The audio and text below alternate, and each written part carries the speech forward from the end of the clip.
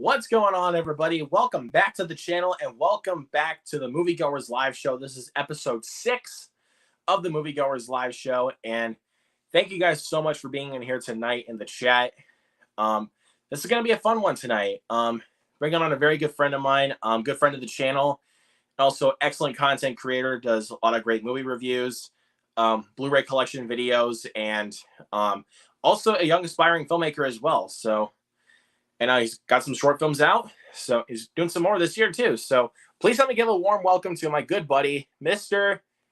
Jacob Hubbard. How's it going, Jacob? It's me. I'm sorry. It's me, Jacob. Sorry. That's for tomorrow. That's for tomorrow. Sorry. Yeah. What's going on, Luke? It is freaking Monday. What day is it? April 3rd. Let's do this, dude. I am so excited to be here. Thank you so much for inviting me, dude. I love going on your channel. Thanks, man. And I love having you on. I had you on for the Scream 5 watch along, and I was like, yo. And I even thought about this after I saw Cocaine Bear, which is a weird analogy, but I thought about doing this show after I saw Cocaine Bear. So I was like, you know what? Because I've been kind of running out of ideas for Q&As, because I was like, there's too much going on in my Q&As. So I was like, you know what? Let's do something like this.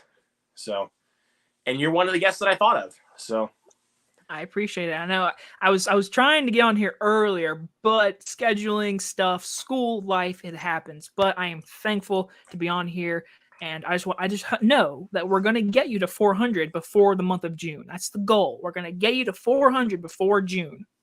All right, dude, you're the best. And also, I left a link in the description below that goes to Jacob's channel. So get him to 2,000. Why don't you? Whew, dude, we're almost at 1,500. If we can get to 2,000, so exciting. Dude, that'd be great, man. That's the reason why I'm trying to get you humbled there. So, and also, why not hit that subscribe button for me as well? As Jacob said, my goal is to 400. So let's hope we can get there. And if you guys get me to 400 before the end of June, end of the year goal is 500. So let's see if we can get there. And also hit that thumbs up for me and Jacob as well, because it helps us get our content out there. But how was your day today, man? Today was a day, I'll say. Woke up, my class got canceled, so I was like, going back to sleep. Went back to sleep, and then I had to go to work, and then every type of screening for Mario was happening. I was like, I can't go because I'm at work. And then I had to work till freaking like 7:50. Came home, ate some food. Now I'm here. I have no homework to do. I have nothing to do. I can be on here for 3 hours. Let's do the entire runtime of Mario twice, which is 92 minutes. That would actually be a lot of fun. I'm not gonna lie, but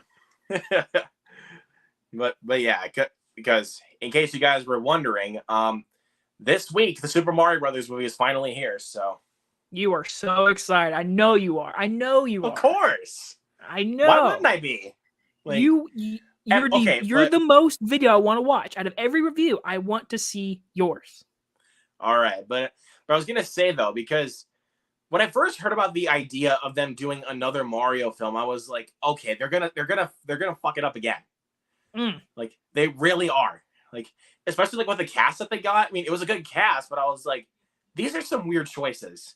But then as the day got closer to releasing the first trailer, I was like, at least, and I saw the first poster, I was like, oh, okay, they're actually doing the way I wanted to do, animated. Mm-hmm. And then the teaser came out revealing the look of Jack Black as Bowser and also Chris Pratt's Mario and their voices as well. And I was like, okay, this is good. I like where this is going. Mm-hmm. The second trailer came out and I was like, you know what? Number one of 2023. Bring it. Yep.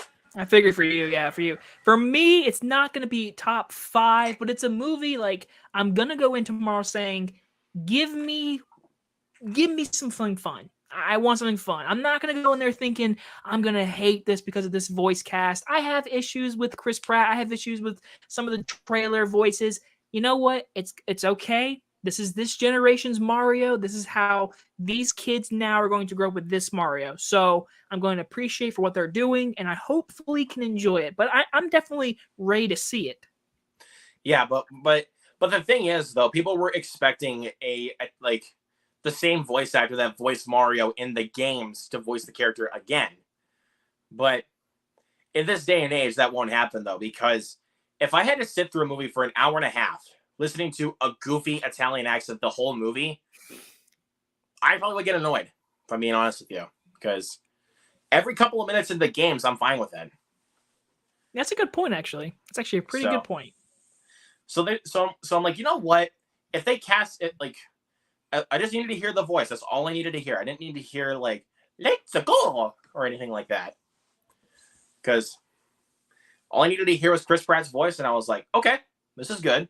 Because the thing is, Mario originated in Brooklyn, so he kind of has that New York type of accent to him. Mm-hmm. So, yes, I know he's Italian, but still, no freaking Jared Leto crap. I'm sick of it. Ooh, he would have went to Italy and become Mario. He would have became an actual plumber, and then he would have sent his other performers like plumber tools. He would have became the Mario that you all want. Fuck that guy.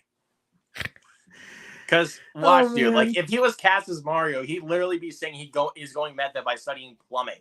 Yep, he would. He would go out to and actually plumb people's houses. And I'd be like, you're not method. Like, because if he says he's going method by playing a big Italian stereotype on House of Gucci, get out of here. House of Gucci. Or saying going method by studying vampire bats with Morbius, get out of here. God, I have to ask Luke, even though Mario's coming out literally in less than 40 hours for both of us, and we're going to see it very soon. If just in fantasy world, you could either walk into the theater for Sonic 3 or Mario. Which one are you choosing? I literally had that question a couple of weeks ago. It's going to be Mario. Damn.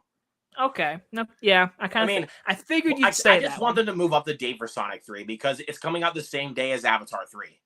Oh, they'll move. It has to move. They have to move it up because seriously, I mean, but honestly, if they keep it the same day, it's going to be no competition which one I'm going to first.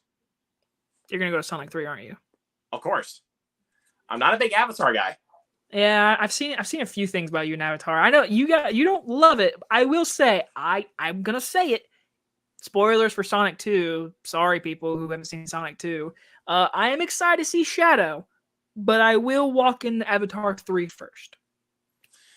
Yeah, I kind of figured you were going to say that. But I do want to see Shadow. I'm excited to see Shadow. But the thing is, though, I want James Cameron to take some of the criticisms about the other two films in regards to the story development and actually do something more creative with it and not just make it so derivative. Because those were some big problems I had with both of those movies were derivative story elements. I can see that. Like, because seriously, Spider is Mowgli in Avatar: The Way of Water, and the first one is basically Dances with Wolves, Pocahontas, and all those other movies crammed into one, like The Last Samurai. Jesus. Like, I just want to go ahead and say, Studio Media, I appreciate you subbing to me. That is very, very thankful. My buddy John. What's going on, John of Studio Media? I appreciate that. And thank you for subscribing to Jacob. Let's see. Tell us we can hit these comments. View what Drew is in here. What up, Drew? And again, I love that Logan icon. I can't stop praising that. I love that icon right there. Logan's the best. It's a great poster. See, Lance Jackson's in here. What's going on? Lance says, "Hey there, Luke and Jacob. Just left home playing Pac-Man World 2. Nice. Love me some Pac-Man. Like, it's. I kind of feel like it's been ages since I played Pac-Man. Like, yep. I think I played it in an arcade. I was on vacation. There was like an arcade. I think I walked in there and we played Pac-Man. So and I haven't been on vacation since like 2019. So it's been a minute. Yeah. I mean, let's see. Yeah, and he's also, let's see. Movie I can't stand is The Last Airbender. You know, I remember it came out in 2010. I was in 5th grade. Literally, it was 2 years after the show ended. The show, obviously, if you've seen the show, you know how freaking amazing that show is. And so I remember as a kid, I was so excited for that freaking movie. And I think I went like opening day. I think I did. And as a kid, as a 5th grader, I was like, why are they calling him Ong? It's It's just not good. It's not good, and it's so disappointing because I like the cartoon, but it could be a cool movie if they wanted to. But I think they've moved past the point where they're making all these new spin-offs and everything, which I'm excited for. So Yeah, but I kind of feel like with what they should have done in the movie is kind of stick to the source material. mm-hmm. That's a big problem with movies like that these days, is that they don't stick to the source material. Like they're just like, you know what? Let's get all the most boring story elements and just boom, there you go. Like, I hate that. It can be annoying, especially for stuff like you love. Like for me, like I am a huge diehard fan of Uncharted. I fucking hate that movie. I hate it. Respectable I know. opinions, do you enjoy it? You like Uncharted, the movie? Yes, I do. And all right, well, you're wrong. I'm just kidding. I'm just kidding. And this is coming from somebody that never played the games. Like I've seen gameplay of the games, but I've never sat down in one session, never played them. Okay. So yes, I mean, and I've seen like elements from other games, that is also put into the movie, but I just never played the game. But my best like you, Jacob, like my best friend is an Uncharted fan. Like I love those games. He's like an Uncharted geek. So I say when that movie got announced, I was excited. When they announced Tom Holland, I was like, okay, we're going for a younger one. And then when they said Marky Mark was freaking Sully, at that moment, I was like, you're joking. And then I saw the movie and I just said, man, y'all are playing it so safe. Do something. Just do something. Do something creative. Get more deep into these characters. Don't be just basic, which they are. So maybe if they do a sequel, which I think they are, I believe they could go more into darker tones, more into central history action, which is what the games are. And the movie is just not that. That's why Assassin's Creed sucked, because they played it too safe. Oh, God. Everyone talks about Mortal Kombat Annihilation as one of the worst movies all time, games. I agree. Assassin's Creed with Michael Fassbender was such a bad movie. It was the biggest disappointment. First off, when I heard it was PG-13, I was so mad. And I was like, oh, this looks pretty good. It doesn't look bad. And that story was just, it never intrigued me. And they were more in the present day. And it's a big thing is it's not rated R. But with that Netflix show they announced a couple months ago or last year, they said they're doing an Assassin's Creed show on Netflix. There's gonna be a chance. Yeah, and then I was still in school by that time. By the time the movie was coming out, and I saw some of the early stuff, first reviews coming out, and then I get this little article about Jeremy Irons, one of the stars of the movie, saying that's going to break the curse of video game movies. And guess what? It didn't. It's still sticking to the curse. Yep. Because the movie freaking sucked. And then a couple years later, we started getting good video game movies. Mm-hmm. We did. I say we're getting better, especially after The Last of Us. Anything good should go up now. After Last of Us, we've set the bar. Yeah, because let's see. We had Tomb Raider back in 2018. Right. Yeah, it wasn't bad. And then Detective Pikachu, which I thoroughly enjoyed that movie. I enjoyed it. I enjoyed that. I know I'm probably not. A lot of people hate the movie, but I don't think the Mortal Kombat movie was that bad. I didn't hate it either. I really liked it. I mean, I didn't love it. I was like, man, this is the defining movie. I have issues, but for a Mortal Kombat movie for 21st century, it's good enough. We'll have to see what happens when they do the sequel. Maybe it could be better. Yeah. But I hope that we need the tournament. That's what we need. We need tournaments. Yes, we need tournaments. But I mean, this is the first film, so obviously they're going to do setup. So I mean, yes. But I'm not going to complain that they're just going to do setup in the first movie, because it's the first attempt. So, well, actually, now this is the third attempt at this point. Jesus fucking Christ! You're not wrong. Fuck Mortal Kombat Annihilation. Yeah, that movie for a very long time. That movie for a very long time was my least favorite movie of all time.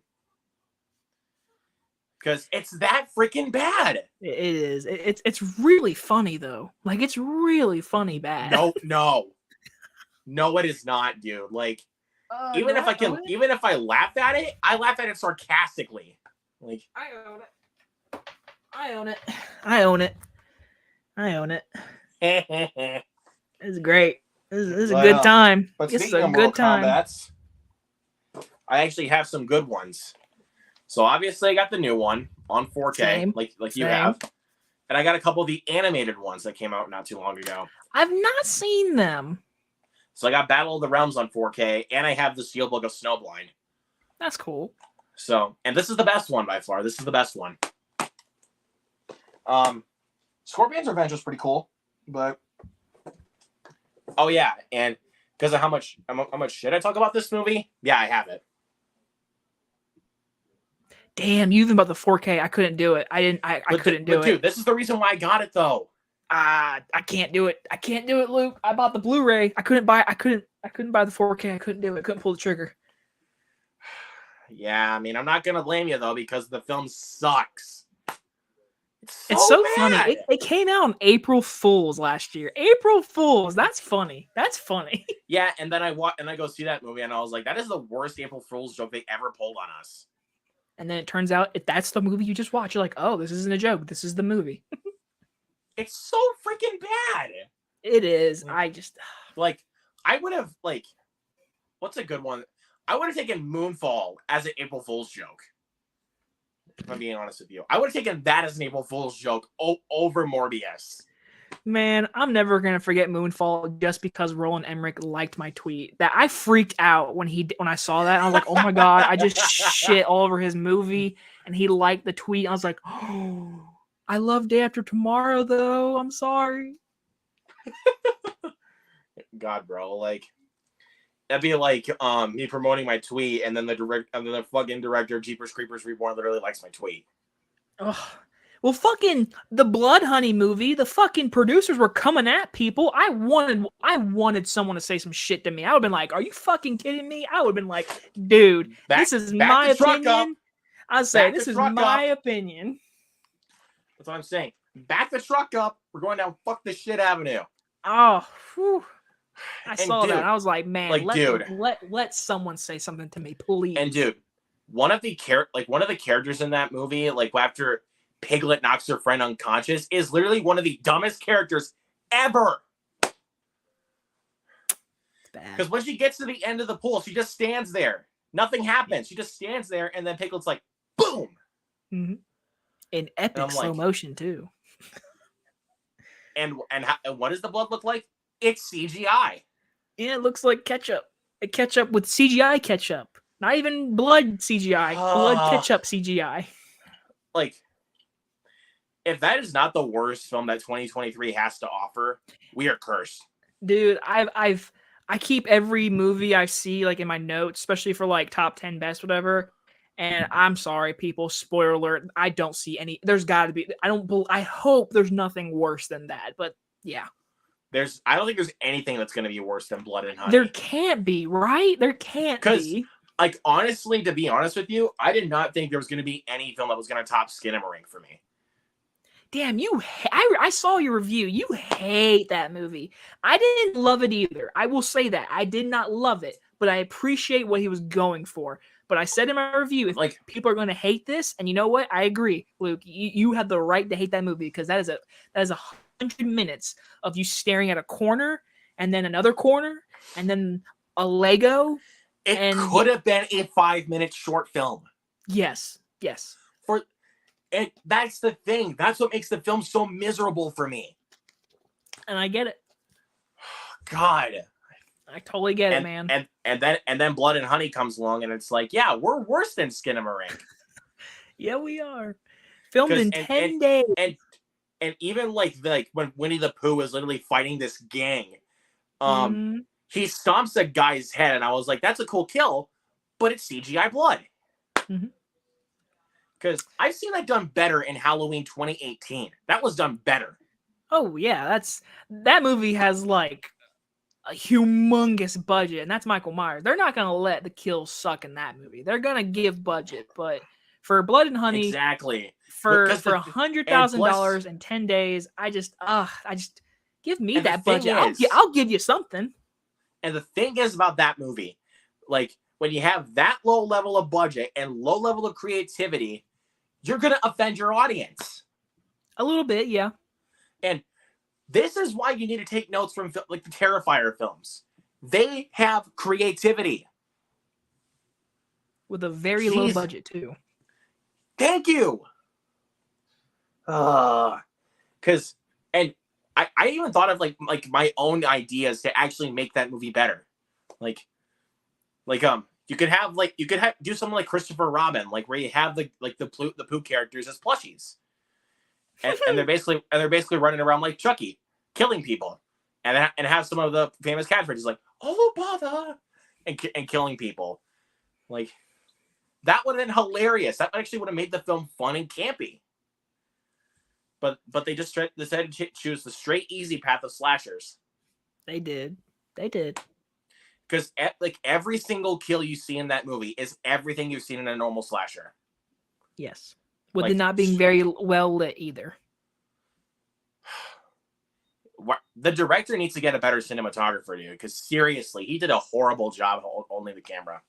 I mean, I'm assuming, just from my personal opinion, I'm assuming they tried doing natural light. But if they did, you're in the dark woods. You need a little bit of a light. Dude, give me the camera. I'll hold it better for you. Jesus. Oh boy. Oh bother. Yeah. Let's leave it in the past. Let's move on. I know, but I was just trying to. Let's think about Mario. Let's think about Mario. There. Let's think about Evil Dead Rise. Let's think about that. Think about John Wick. Think about Scream. Oh God, yes. Just give me. Oh bother. Thank you. Yeah, just push February aside. Let's get back into April. Let's get to Guardians 3. Let's get to freaking Renfield, dude. Give me Renfield. That looks so stupidly fun. I'm excited to see it. I don't care. It looks so stupid. I'm excited. I'm excited to see that movie. That one thing you got to tell me: Nicolas Cage's Dracula. Yep. Sold. Nicolas Cage's Dracula. That's all I need to hear. Well, also the cast that they got is really good. You got Nicolas Cage. You got Nicholas Hoult, Awkwafina. You also got Ben Schwartz. Mm-hmm. Sold. And also from the same guy that directed the Tomorrow War and Lego Batman. Oh, really? Yeah, Chris McKay. Dope. Again, you got me sold. Let's see. Good man, Drew. Good man. Thank you, Drew. Mr. Charles Clayton is in the chat. I love your Terminator icon there. What is up? What's up? Yes, sir. What Michael Fassbender movie do you guys think is worse, Assassin's Creed or The Snowman? Easily The Snowman. Easy. What do you think, Jacob? What Michael Fassbender do you guys think is worse? Okay. I'm going to say this. I do think The Snowman is worse, but Assassin's Creed was hugely disappointing. I can at least say there was some production design and cinematography that looked like they tried. So I'm going to say The Snowman is worse. But besides those two, I would say his worst movie would be The Counselor. I hate The Counselor. Oh, The Counselor. Yeah, I mean, and then some people want to come out and say that Body of Lies is Ridley Scott's worst movie. Have you guys not seen The Counselor? Oh, God. Jesus. Cameron Diaz fucks a window. Fuck that movie. But yeah, but the Snowman though, and with the Snowman, there's literally somebody that literally gets up and grinds on Michael Fassbender. Yep. Ugh. Not even Val Kilmer or J.K. Simmons could even save that movie. Yeah, I've only seen the movie once. I watched it way back when it came out. I haven't bought it. I haven't seen it. I've really watched it the one time. If I found it cheap, I probably would buy it. But then again, I probably wouldn't even watch it. Honestly, fact. If I find it for $2, I'd buy it. Because I buy some bad movies, but sometimes I find them for cheap. So, same. Sometimes you find bad movies and they're $1 and you buy them. I know we were just talking about it, but and you probably saw my haul. But I did buy Assassin's Creed. But the thing is, though. Oh yeah, I saw this. Yeah, I saw this. The Deadpool slipcover. That's the only reason why I had to get this. That's funny. It's a Deadpool slipcover, and he literally says, "I wish I was in this movie, but I'm not." He should have been in this movie. For the love of God, man. And yes, that's also why I also bought Doolittle. So, Oh yeah, I saw you bought that too. Yeah, so I was like, oh, but it was cheap. It was cheap. I get it. It was cheap, and it had a slipcover too. So I don't blame you. I probably would have done the same thing. And the good thing is also, it just has the Blu-ray in it, no DVD. So. Oh, nice. So what do I care?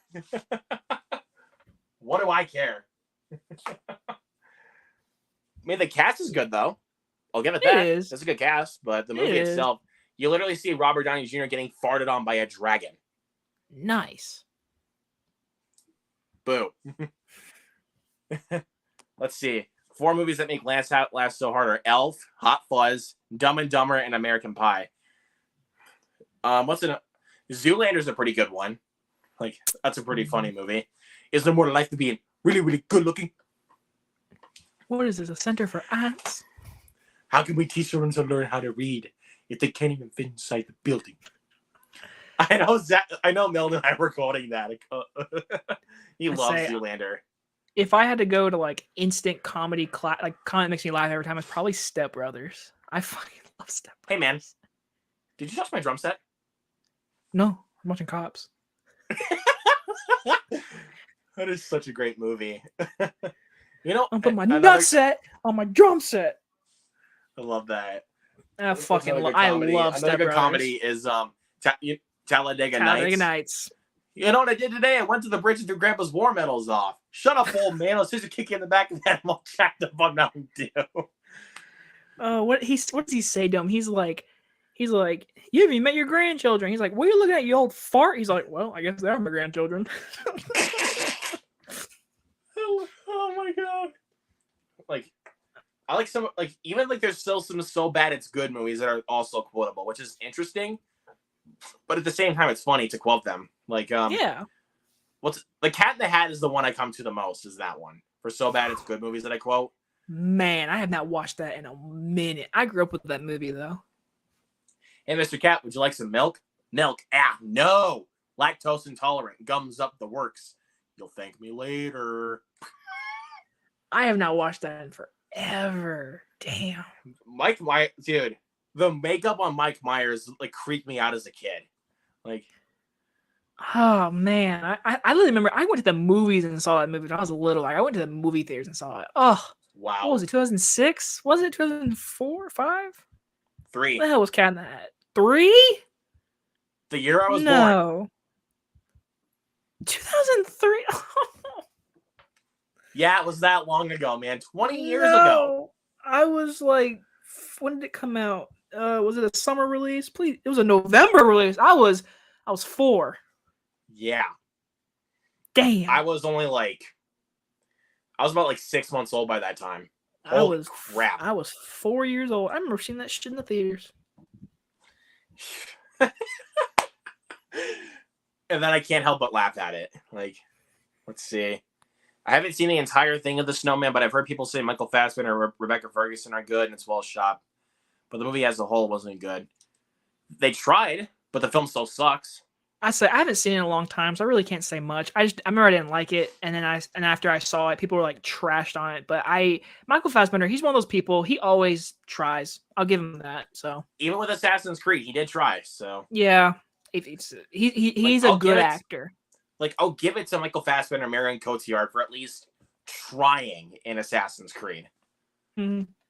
But then they had to like drudge through like a bullshit contract. Like they did Macbeth, and it's like, if you do Macbeth, you got to sign on to Assassin's Creed. And I'm like, that's just bullshit. And again, I never played Assassin's Creed, but the games are rated M for mature. You never played them? No, I never played the games. But what I'm saying is, the games are rated M for mature. Make the movie rated R. Oh shit! No one ever gets to see this, but I have the Assassin's Creed 3 statue. Oh, dude, yeah. That is awesome. Honestly, I need to. Sorry for the dust if you can see it, but anyway, no, yeah, I'm a huge. Yeah, I used to play these games all the time. Last full one I played was Black Flag. If anyone's wondering, last one I fully played was Black Flag. Nice. Let's see. Also, Judd is in the house. What's going on, my friend Judd? What is up? All right. Oh, Jesus Christ. We're already 30 minutes in, and we haven't even gotten to the first question. We are fine. We're fine. We're in no rush. But you know what, man? That's good, though, because we actually get caught up in a conversation. So, but, first question is, so let's see. I know you said in previous Blu-ray collections that there's films that you would like to review. But what are the 3 films that you can come down to that you would love to review on your channel at some point? Fuck. That's a good question. All right, well, let's grab this. And let's if you're not gonna look at my face for a minute, because I'm gonna be staring. Well, I can still see you though. Yeah. Damn. Okay. I mean, oh shit. There's so many. I mean, I have a lot of movies, so let me just say that for first off. Okay, you said 3 movies? Okay, that's hard. Yes, 3. Fudge. Okay, 3. Let's go with 3. Shit. I'm sorry. I know there's not a lot of talking. But trilogies can also count as 3 as well, so. Well, shout out to Zach Goller. He's reviewing Pirates, and I have some words against him and World's End. But hey, it's his opinion. But I would love to review those movies. I'm just saying one though. I'll try to make this more fun. I'll say at least one Pirates movie. Which one would that be? I mean, I guess I would say the original, just because it's 20 years. I guess. Yeah. But then again, yeah. But I'm kind of like Zach. If I review one of them, I got to review them all. So like. It bothers me. That's true. That's kind of why also, like, when I looked at some of my other franchise reviews, I'm like, I need to review the other ones at some point. Like I already reviewed Matrix Resurrections, and I'm like, I need to review the others. Okay, I have an answer. So technically I've reviewed this movie, but it's not when I had a nice camera and a nice microphone. So I'm cheating a little bit, but I want to re-review. I want to re-review it. I want to re-review. All right. Where'd it go? Shit. Alphabet. Come back to me. Where is it? I just saw it. No. Oh, here it is. There you go. Okay. Okay. Whenever we get a release date for the remake, I will be reviewing the original Salem's Lot again. I promise you. Oh, okay. I want to re-review this movie. This is probably my favorite vampire movie, maybe besides Lost Boys. Okay. But... Okay. You know me personally, I actually have the personal hot take of what my favorite vampire movie is. It's Daybreakers. Dude, that movie's so underrated. It's so good. Why does no one talk about this? And also, to kind of play into that question also, I would love to review this movie one day. It's such a good movie. Hell, I might review it for my Halloween reviews, honestly, just because it's so underrated. I don't know why nobody talks about it, man. It's awesome. Oh. All right. I only need one more since I said Pirates just for the shits and giggles of it, and Salem's Lot. I really, as a movie reviewer, I need to sit down and really review the Lord of the Rings movies. No, hold on.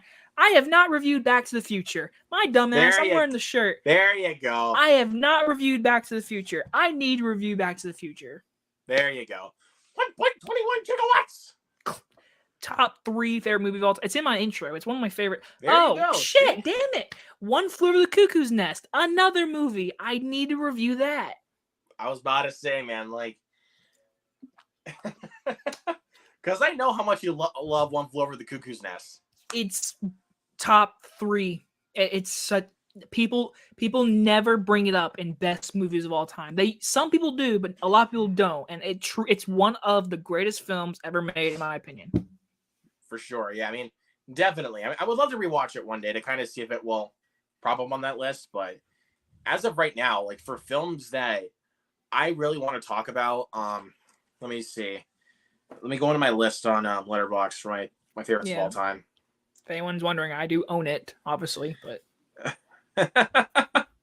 yeah, I know. But I mean, you got a big collection, so I mean, it's not surprising that you own that. So yeah, I do. I need a bigger room, my guy. I'm running out of room.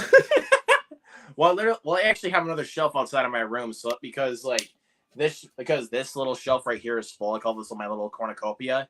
Mm-hmm. So I have another shelf outside of my room, which is mostly full of my VHS tapes. So like anytime I have some more Blu-rays and I need room for another shelf, I just bring them into my other shelf that's beside my bed. So yeah, I'm like literally running out of room for these shelves. When I buy another one, I'm gonna have to start buying like actual shelves on the walls because I'm literally running out of room. yeah, but I was thinking of one movie. Like I actually got a few. So one I would like to review since because they fucking announced a remake, Vertigo. You are 100% right, and I have so many words about that. But I will say I would love to It does review not Vertigo. need to be remade. I don't understand why they want to touch a classic like that. Vertigo is one of those movies. It's in the breath of Wizard of Oz. You don't remake Vertigo. Because the remake is going to suck. So calling it. I do like Robert Downey Jr. I want to see who's the director. I want to see who's writing it. I want to see.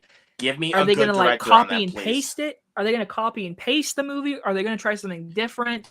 We'll see. But the thing is that you don't call it Vertigo. Then at that point, I don't know. My guarantee is they're probably going to do it like fucking The Omen and Psycho, a shot-for-shot remake. Oh God, don't. They should. The Omen remake sucks. So terrible. But yeah, that's one of them. One I want to talk about because no one talks about this movie and anytime my friends have told me they've never seen this movie, I'm like, what are you doing with your life? Watch it. Catch Me If You Can.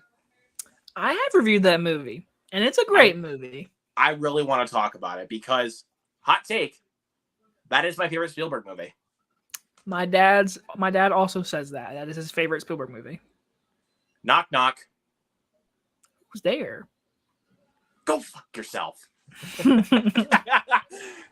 Best knock joke in a movie ever. Like I Catch Me If You Can. It's a lot of people's favorite from Spielberg. It's also a lot of people's most underrated. I will also agree with that. It is his most underrated because people like when you look at his filmography, when you think of Spielberg, you don't think of Catch Me If You Can right away. But once you go into his filmography, you're like, oh, he did Catch Me If You Can, and everyone's like, that's a great movie. But yeah, anytime I think of Spielberg, that's the one I'm going to be going to is Catch Me If You Can. Like really, because that's the one that's even if it's like based on a true story of like a real guy that committed so many crimes, you can't help but be fascinated as you watch it because of the sharp writing. You're 100% right, but man, like when you think of Spielberg, you think Catch Me If You Can. Like that to me, that's whoa. Like, whew. Because no one talks about it. Like you're right. You're 100% right. That's why I love movies like that where it's like I watch them and I'm so fascinated that nobody talks about it. Like it's a great one, man. What's a big example? What's another good example? Like, that's another one amongst my favorites. Like True Romance. No one talks about True Romance. It's one of the best movies. Like, it's so good. Top 10 favorite films of all time. Like, and oh, go ahead. I'll even say that movie has Gary Oldman's best performance of all time. I might agree with that, actually. But I was going to say, if I were to do a ranking of movies that Tarantino wrote as well as directed, number one would be True Romance. Because it was written by Quentin Tarantino, directed by Tony Scott. Yeah. And it was 1993. But if it was to be directed, it's Inglourious Basterds for me, easily. That's a great pick. And I know people are going to be cussing me out that Pulp Fiction's in my top 3, but at least I have it in the top 3. Hey, I'm right there with you. Pulp Fiction is not my favorite Tarantino movie. And plus, I actually think I can put Reservoir Dogs just a smidge above Pulp Fiction. Like, I love Reservoir Dogs. It's what started it all. That's the movie. I don't blame you. Yeah, and I guess I'm gonna be generic. I'm gonna say Django. I fucking love Django Unchained. The man to my left is Django Freeman. He is my deputy. Love that movie. And then when Calvin Candy gets shot, Samuel L. Jackson's reaction, bro. No, Calvin! I'm sorry, I couldn't resist. I love that movie. But fucking great movie. yeah. But I was talking about Jacob earlier before we went live that I was at Best Buy the other day. I wanted to get that Reservoir Dogs Steelbook. They still had it in stock. Mine has it too. I don't buy it either. Where they have like the ear come off, and I'm like, dude, that is amazing. It is. And also I do want to upgrade Pulp Fiction to 4K because I love Pulp Fiction. Mm-hmm. Like, if you guys don't love Pulp Fiction, don't talk to us. No, you can hate Pulp Fiction. My dad doesn't care for it. He actually doesn't like how it. He doesn't like that it keeps jumping back and forth. He's like, I don't like it. I don't get it. Okay, I'm like, Father. Yeah. I'm like, Father, shut up. Because it's told in a non-linear structure. So yeah, he's just being. It's stubborn. like American History X, where it's told in a non-linear structure. So, or Memento. It's like Memento. Memento is literally told backwards. Mm-hmm. Yeah. Love that movie. It is. It's fucking great. So yeah, I already got my 3, which were True Romance, Catch Me If You Can. Wait, was that 3 or did I miss one? I feel like you said something. You said Daybreakers. You said Daybreakers. Yes, Daybreakers. There you go. Daybreakers, Catch Me If You Can, True Romance. But those are 3 solid underrated picks. But one I would like to throw in there though, because again, and I've recommended my friends to watch this movie, and what I get from them is they're like, where has this film been? Because this is another movie that's amongst my favorites of all time. Fear and Loathing in Las Vegas. That's a really good pick. I know. No one talks about it, man. No one talks about it. I know. I own that movie. Hold on. I own that. Don't I? Yeah, I do right here. Yeah. I love that. What a poster. What a poster. Yeah, like literally Johnny Depp literally smoking a cigarette and it's all twirly. This is backcountry. Here's what he says, something like that. We can't stop here. This is backcountry. That's a weird movie. It's a weird movie. That movie's not for everyone. It is not, but the hallucinations in that film are genuinely fucking hilarious. The fucking like Benicio del Toro dinosaur scene. Oh my god. Yeah, and then when literally Benicio del Toro wants Johnny Depp to literally electrocute him with a radio in the bathtub, he literally throws a freaking orange at his head. Yes, he does. And then he just unplugs the radio and he starts going crazy like. That's a good pick. I would love to review that movie too. When did that come out? I want to see if there's an anniversary, then I can do it. Fear Let me see. and Loathing in Las Vegas, 1998. So when is 25th anniversary. Ooh, shit! Here we go. So yeah, you know what? So little announcement, guys. 1998. May 19th. Oh, okay. So I guess so, guys. An announcement. I'm going to be reviewing Fear and Loathing in Las Vegas for its 25th anniversary. You should totally do that. I might try. Because that movie is amongst my favorites of all time. Like, I mean, I love movies that kind of unique in regards to depiction of drugs. Like, because those are nice sentence.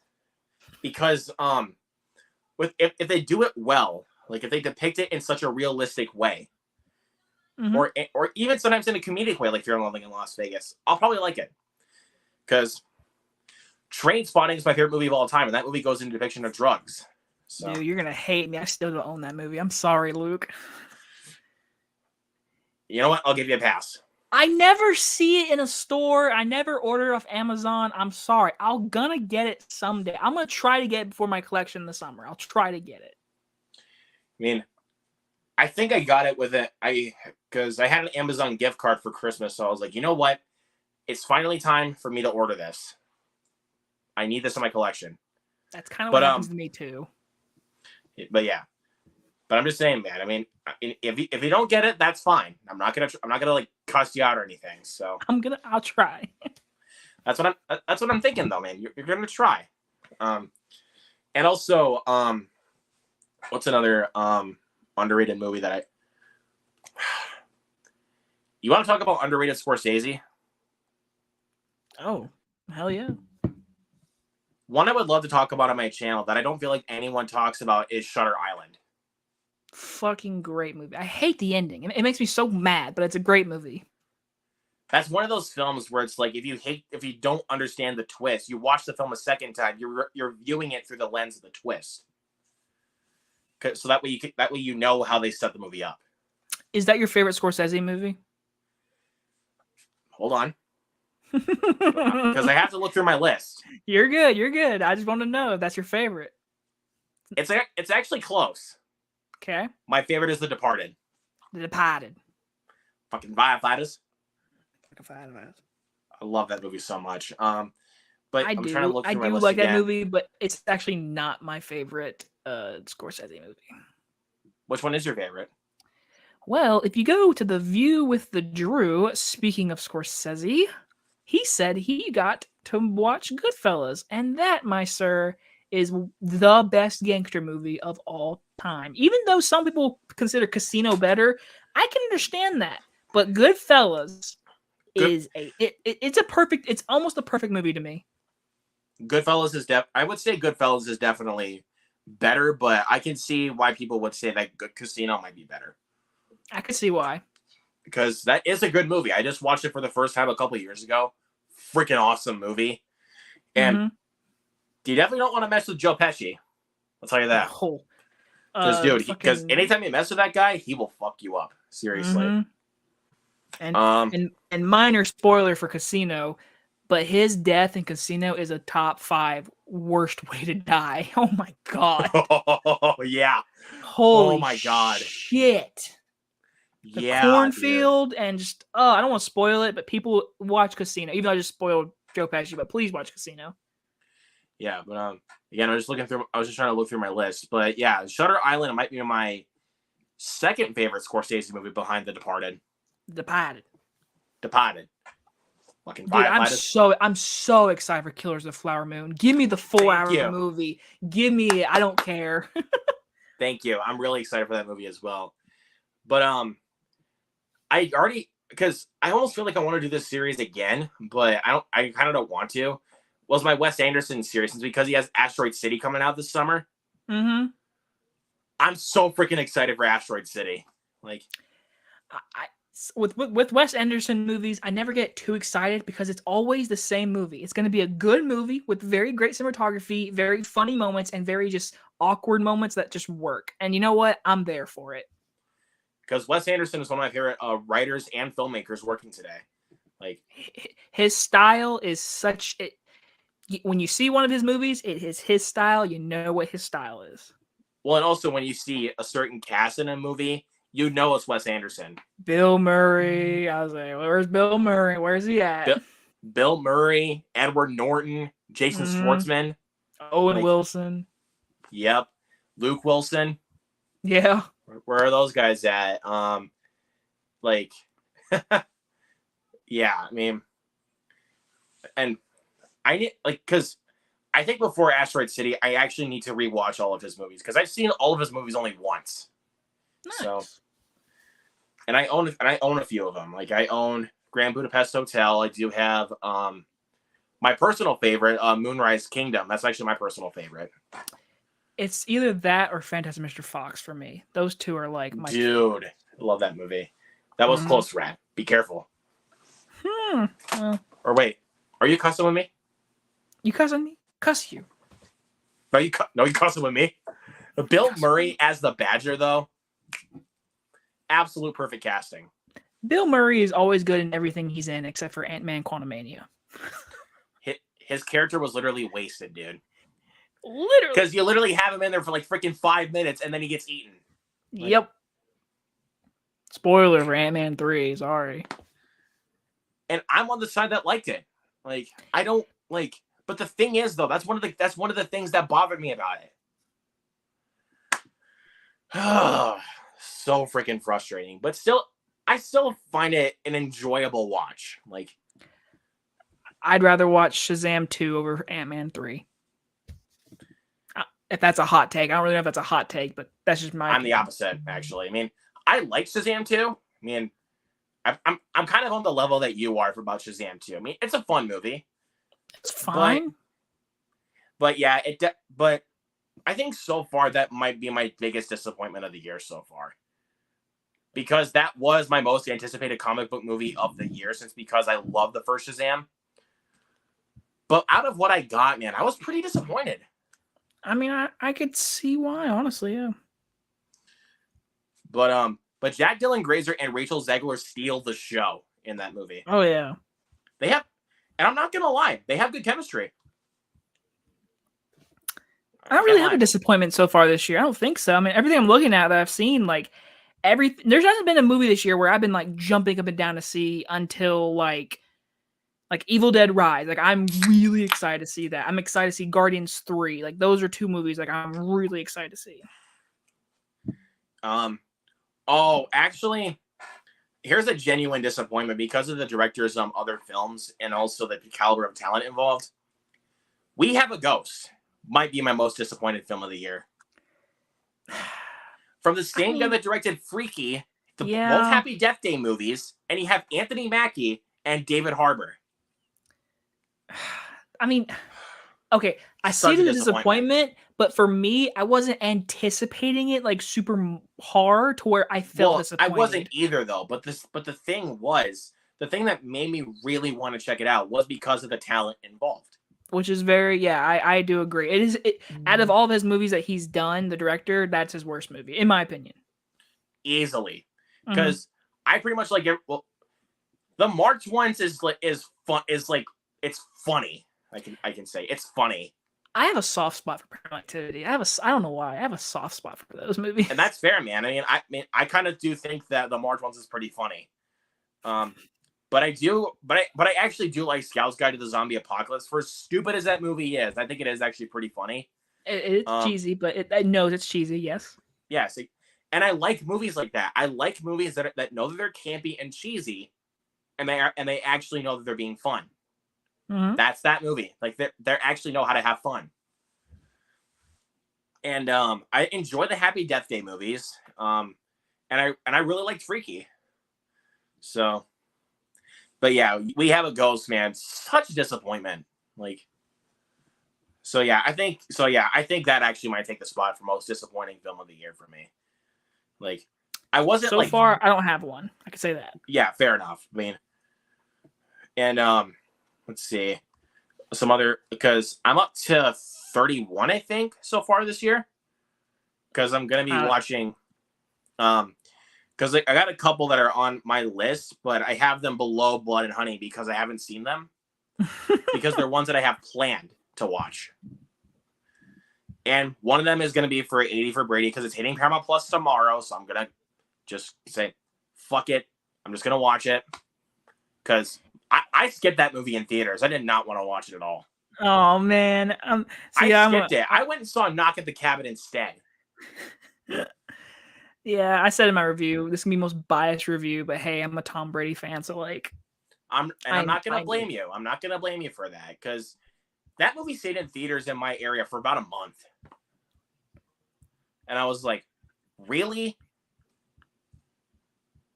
Like, I was confused at why that movie stayed in my theater for over a month. Like, Tom Brady.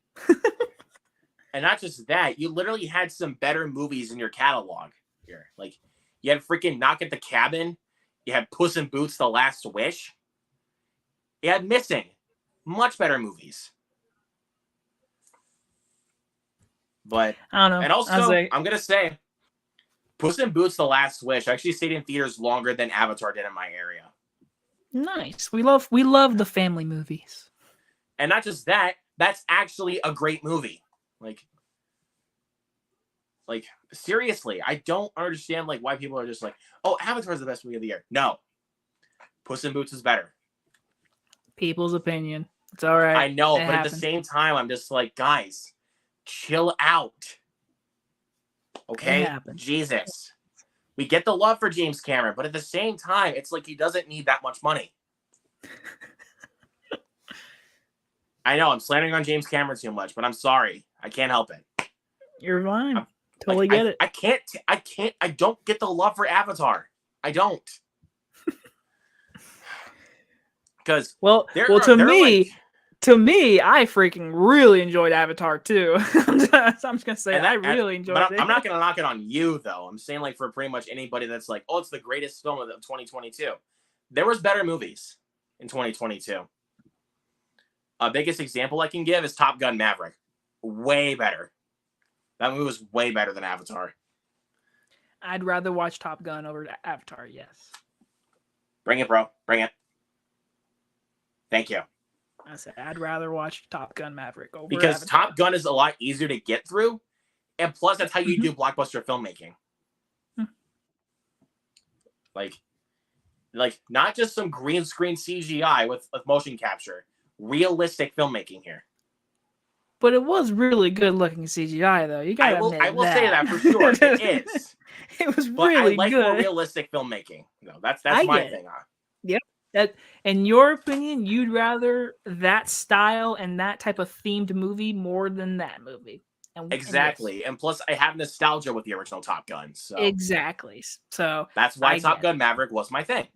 Yeah. And I know people are going to think I'm crazy, but that movie is amongst my favorites of all time. Man. And it helps because of how much nostalgia I have with the first Top Gun. Like, and I could not believe how good that movie was, and also how much better it was than the first one. Film. Yeah. I was so shocked. Like, man, that film was so good. And speaking of movies, I mean, again, I'm sorry that I have to keep doing this, but this is just for my own sake. So, there's literally like 8 movies from actually no, screw that. 9 movies from this year that I would easily take over Avatar: The Way of Water. Whoa. You know what? It's your opinion. It's your opinion, man. Okay, so I'll go ahead and list them off. So I will take Megan over Avatar.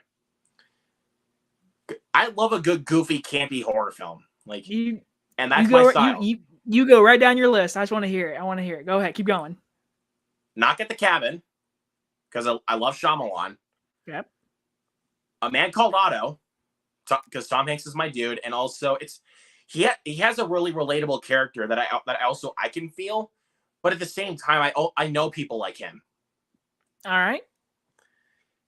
Number 6, this is not going to be recency bias, and also I never played any of the games either, but Dungeons and Dragons: Honor Among Thieves. I enjoyed that movie too. That movie was awesome, dude. It was so funny. Where's the dude? That's how you do good comedy in an action movie. It's so funny. It's very self-aware. That's how. And people say that Justin Smith is not a good actor. Watch that movie. He's good in that movie. Yeah, in that movie. And I liked him in Detective Pikachu. I'm sorry. I thought he was funny. I forgot he was in that movie. Yeah, he is.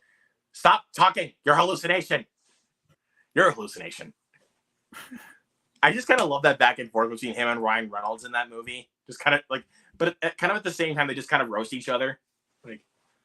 It's pretty funny. This one's gonna come off as a hot take. You ready? I am ready. Cocaine Bear.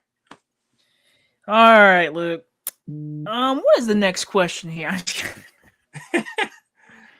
Again, I love a good silly creature feature type of movie. So, again, films that I would say that I would watch over Avatar. These are my thing. So, and then missing, of course, the sequel to Searching, Creed 3. Movie was great. And if you want a film that can also hit me in the emotions pretty easily, Creed 3 will do it.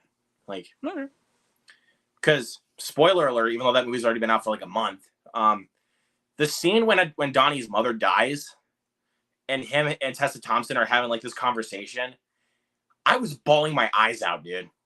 It was pretty emotional. Yeah, and then these freaking teenagers next to me that were literally whispering about no shit, were just laughing, and I was like, do you guys not have a heart? This is so freaking sad. I love the movie theater experience, but sometimes one person can ruin the entire experience, and that unfortunately happened to you. but also to kind of play into that, I will be asking one of those types of questions. So. Oh shit! Oh. But we'll get there though. I got two more. Okay. Scream I'm 6. I would agree with you.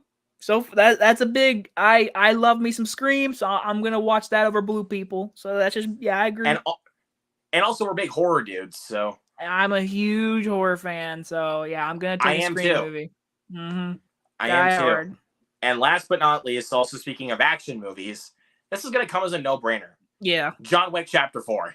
I will also agree. Give me John Wick 4 over Avatar 2. So I'll agree with two movies for sure with you. Like I will take Keanu Reeves kicking ass and also Ghostface killing people over Blue People. That's my thing. Like, because I mean, I love the John Wick franchise and I love the Scream franchise. Sorry, but minus the third one. It's fine. I still remember like when you were just groaned during a watch along. We were literally roasting Scream 3. It's fine. It's a fine movie. There's like 3 dumb scenes.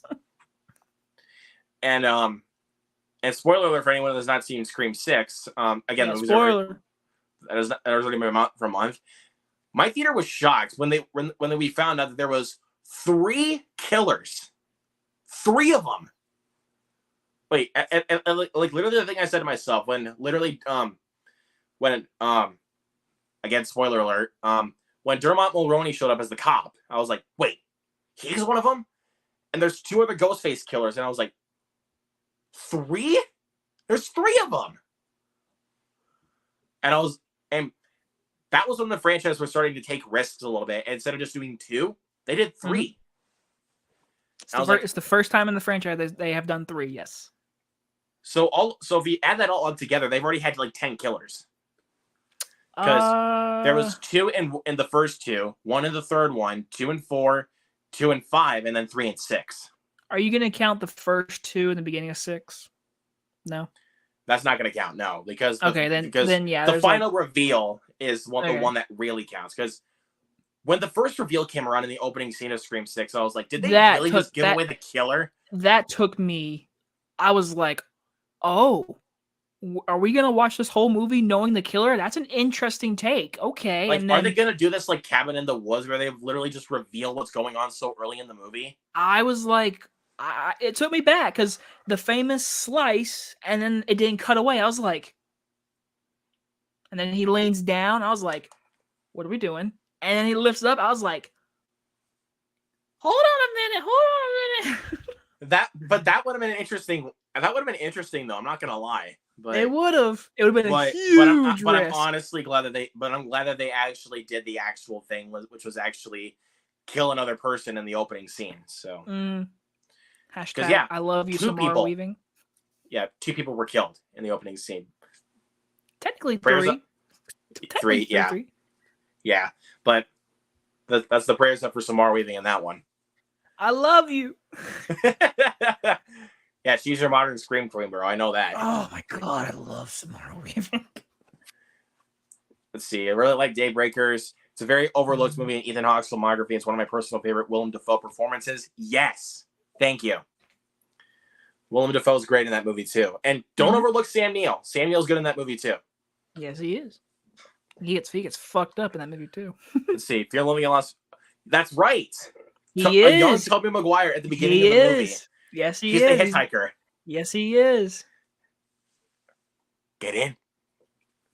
The way that Johnny Depp's face is like so close to the camera is like, whoa. Yeah. That's what they creepy. Do, the lenses they do is so just off-putting, but it works. And that's what that film was supposed to do, was be so jarring. Like, God, I love that movie so much, man. And again, besides his cameo, there's some also really other awesome cameos. There is actually. There's a ton of people in that movie. Because what else is there? They have Christina Ricci in there. Mm-hmm. You got Cameron Diaz. Very young Cameron Diaz. True. There you go. Everyone in Goodfellas were excellent, but Joe Pesci was the standout as Tommy DeVito. Yes. He also won the Oscar for that movie. The only Oscar that movie won. Bummer, man. Fucking Dances with Wolves. Favorite Martin Lawrence movie got to be, oh God, Big Mama's House.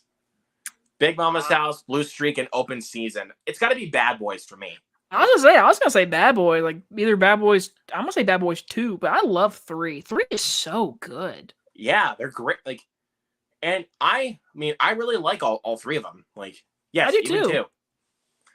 Like, and I couldn't agree with Blue Streak. Blue Streak is pretty funny. Like, where he's a guy that's a diamond thief. He hides a diamond in a construction site when he gets arrested. After he comes back, the construction site was like a police station. So he has to act like a police officer to get the diamond back. So dumb. It is. But it's Martin Lawrence. That's all right. Yeah. And Open Season, that's a childhood movie right there. Childhood fuck the sequels. Seriously, fuck the sequels. But yeah, Big Mama's House is also very stupid, but it's fun. The first one is specifically.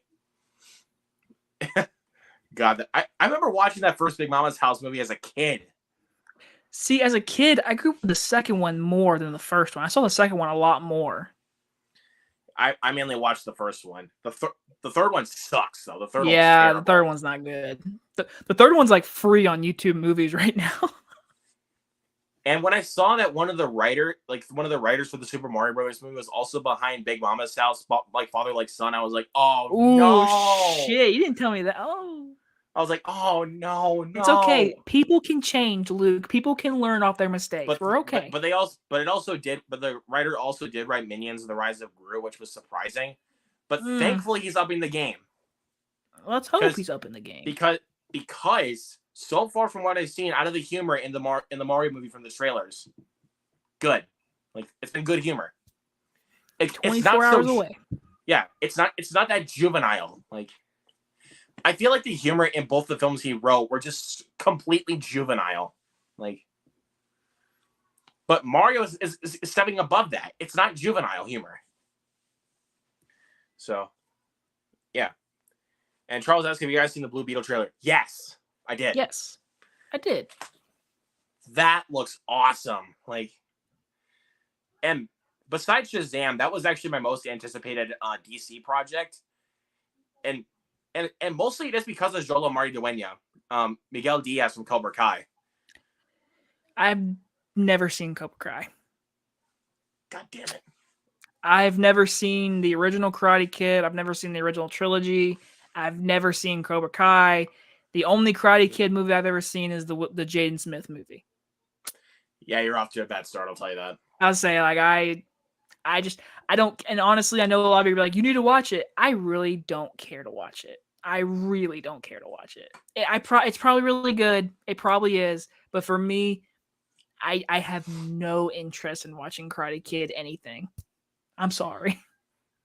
Fine, I guess, But speaking of Blue Beetle, I thought it was a fun trailer. It didn't excite me. I'm not like jumping down for Blue Beetle, but I'm like, okay, it looks like an energetic, fun movie that hopefully can be fun. But right now, I don't know what the fuck DC's doing, so I really can't get hyped for anything they're doing. Well, it's because that Shazam bombed. It's going to be like, yeah, there's going to be no point with this movie. But the CGI that they got for the movie so far is good. So it looked fine. I have questions about certain things, but it was a fun trailer. But I'm not jumping down to see it. Like, I'm just like, okay, Blue Beetle, yeah, cool. But anyone who's out there who's excited to see it, cool, good for you. You do not have. I don't have to agree with everyone that's excited. For me, exactly. I'm jumping up and down for Oppenheimer, whatever the fuck you want to say it. I'm excited for that movie. Yeah, I'm excited for that. You're jumping up and down for Evil Dead Rise. Like, hell fucking yeah. Hell, I'm excited for Barbie. That first trailer was so stupid though. Like, I can't wait, and we're getting a trailer this week, and I'm really intrigued in this movie. I love Greta Gerwig. As long as they can pull it off, though, I'll be fine. Like, but it's just when I heard they were making a Barbie movie, I was like, oh fuck, what world are we living in? I know. I thought the same thing, and then they brought Greta Gerwig in, and then they brought in the guy who directed Marriage Story as to help with the writing. I was like, Noah Baumbach. I was like, where the fuck are we going with this movie? I was like, what? And then they got and 3 people that are in that movie are some of the best actors working right now. Margot Robbie, Ryan Gosling, and Simu Liu. Yeah, and isn't Will Ferrell in the movie too? Oh, God, dude. Yeah, I'm excited, but still, I want to see Barbie. But again, I just wish they could have executed that trailer better, because I was like, this is kind of stupid. But well, we got a new trailer. We got a new trailer this week, so we'll see how the new trailer looks. Well, yeah, if they do it better, then I'll probably be jumping up and down for that. But for me, I'm really jumping up and down, obviously, for Super Mario Brothers and Renfield. I'm jumping up and down for those. So Evil Dead Rise, and that one too. I'll give you that, because I'm not gonna lie, and so far, out of what I've seen out of reviews for Renfield, it's been doing pretty good. So got good reviews so far. So I'm like, that's what I wanted to hear. Because I don't know. Because sometimes, like, when I get like excited for a movie and then it starts getting bad reviews, I'm like, oh man, this is gonna suck. Yeah, I hate when that happens. That's why I try to stay away from reviews a few days before a movie starts. Yeah, but again, like, when I heard Shazam was getting mixed reviews, I was like, damn it. But thankfully I walked out enjoying it, but I was still disappointed. Mm-hmm. So, let's see. Kenan Thompson and Ice Cube are my favorite from Barbershop 2. Is Kenan Thompson played the barber and cut off the guy's hair? That was funny. Okay. Nice. I need to rewatch the Barbershop movies. But anyways. It's been a while. Yeah. Next question. As I was saying with the movie theater stuff, I told you we were kind of playing into that. Question 2. Hell yeah. Okay. And I did kind of tell you about a little bit of my experience with Creed 3. So I'm going to ask you, what was the worst theater experience that you've ever had? Fuck. Oh, shit. Okay. Let me ask this specifically. Are we including theater experiences when I worked there? Because I worked there for a long time and I dealt with a bunch of stuff like that. But are you asking with me in the theater? Or you can do like one from each. Like, okay, well, so like one from where you went to the theater, and then one where you were actually in the theater. I mean, I go to the movies a lot, so I have a shit ton. But the one that comes off my head, what movie was it? I don't remember. Okay, I was in a movie theater. I was seeing the movie. I sat down. There was no one in this theater, and this theater had 250 seats, so it was a big auditorium, and there was no one in there. And then this couple came through, and I was like, damn it, someone's in here. And there's literally no seats, or there's no one in this theater, and they sit right behind me.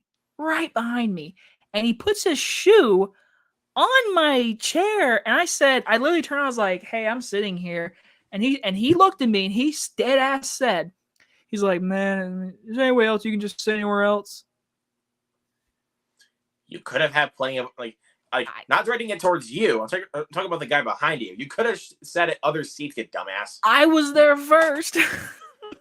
Exactly. That's what I'm trying to tell you. I didn't want to get in a huge argument, so I literally just stood up and just sat in the seat right, like, next thing, whatever. I just sat there, and the best part, no one else came in that movie theater. And I was like, damn, this guy really sat behind me.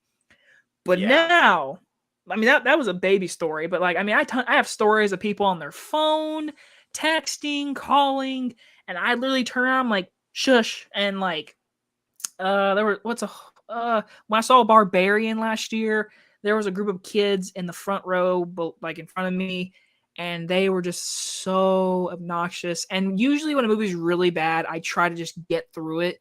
But with Barbarian, I was really into it. So I literally was like, I said, hey, up front. And literally, like, I was like loud in the theater. I hate being loud, but in that moment, I was like, please shut the fuck up. So I was like, hey, and they all like stopped. Good. But like I was about to say, how old were the kids? You know? Were they like around like first grade level or something? No, they snuck in. They were probably like 15, 16. They definitely snuck into the theater. Assholes. Yeah. Now, But the Okay. thing is, now we're going to get more into me working at a Regal theater, which Regal Cinemas, you know, I worked there for 5 years. I know your All right. secrets. I know your fucking secrets. I mean, dude, I have so many stories, but I'll never forget this one. All right. I was a manager. I was in guest services doing computer stuff. There was the lobby and a man and a woman and their like 3-4-year-old daughter came in to concessions. All right. So we don't have box office anymore. You have to buy your tickets through concessions. So they get to concessions, they buy their movie ticket, and I'm sitting in guest services. So I have no idea. I'm thinking just doing my stuff.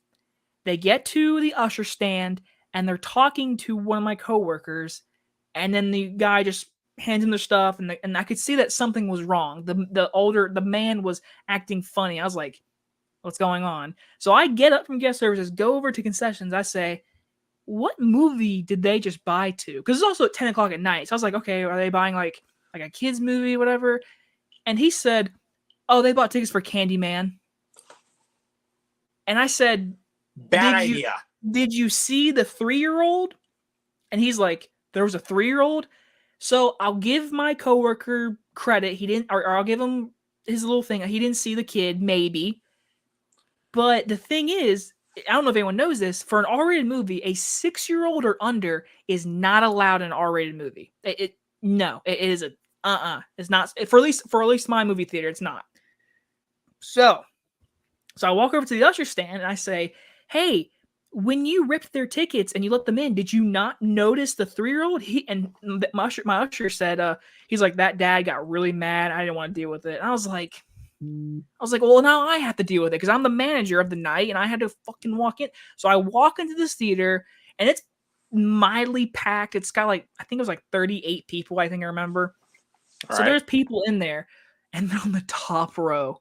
And I had a coworker with me and I looked at him. I was like, did we just say fuck it and let them watch this movie?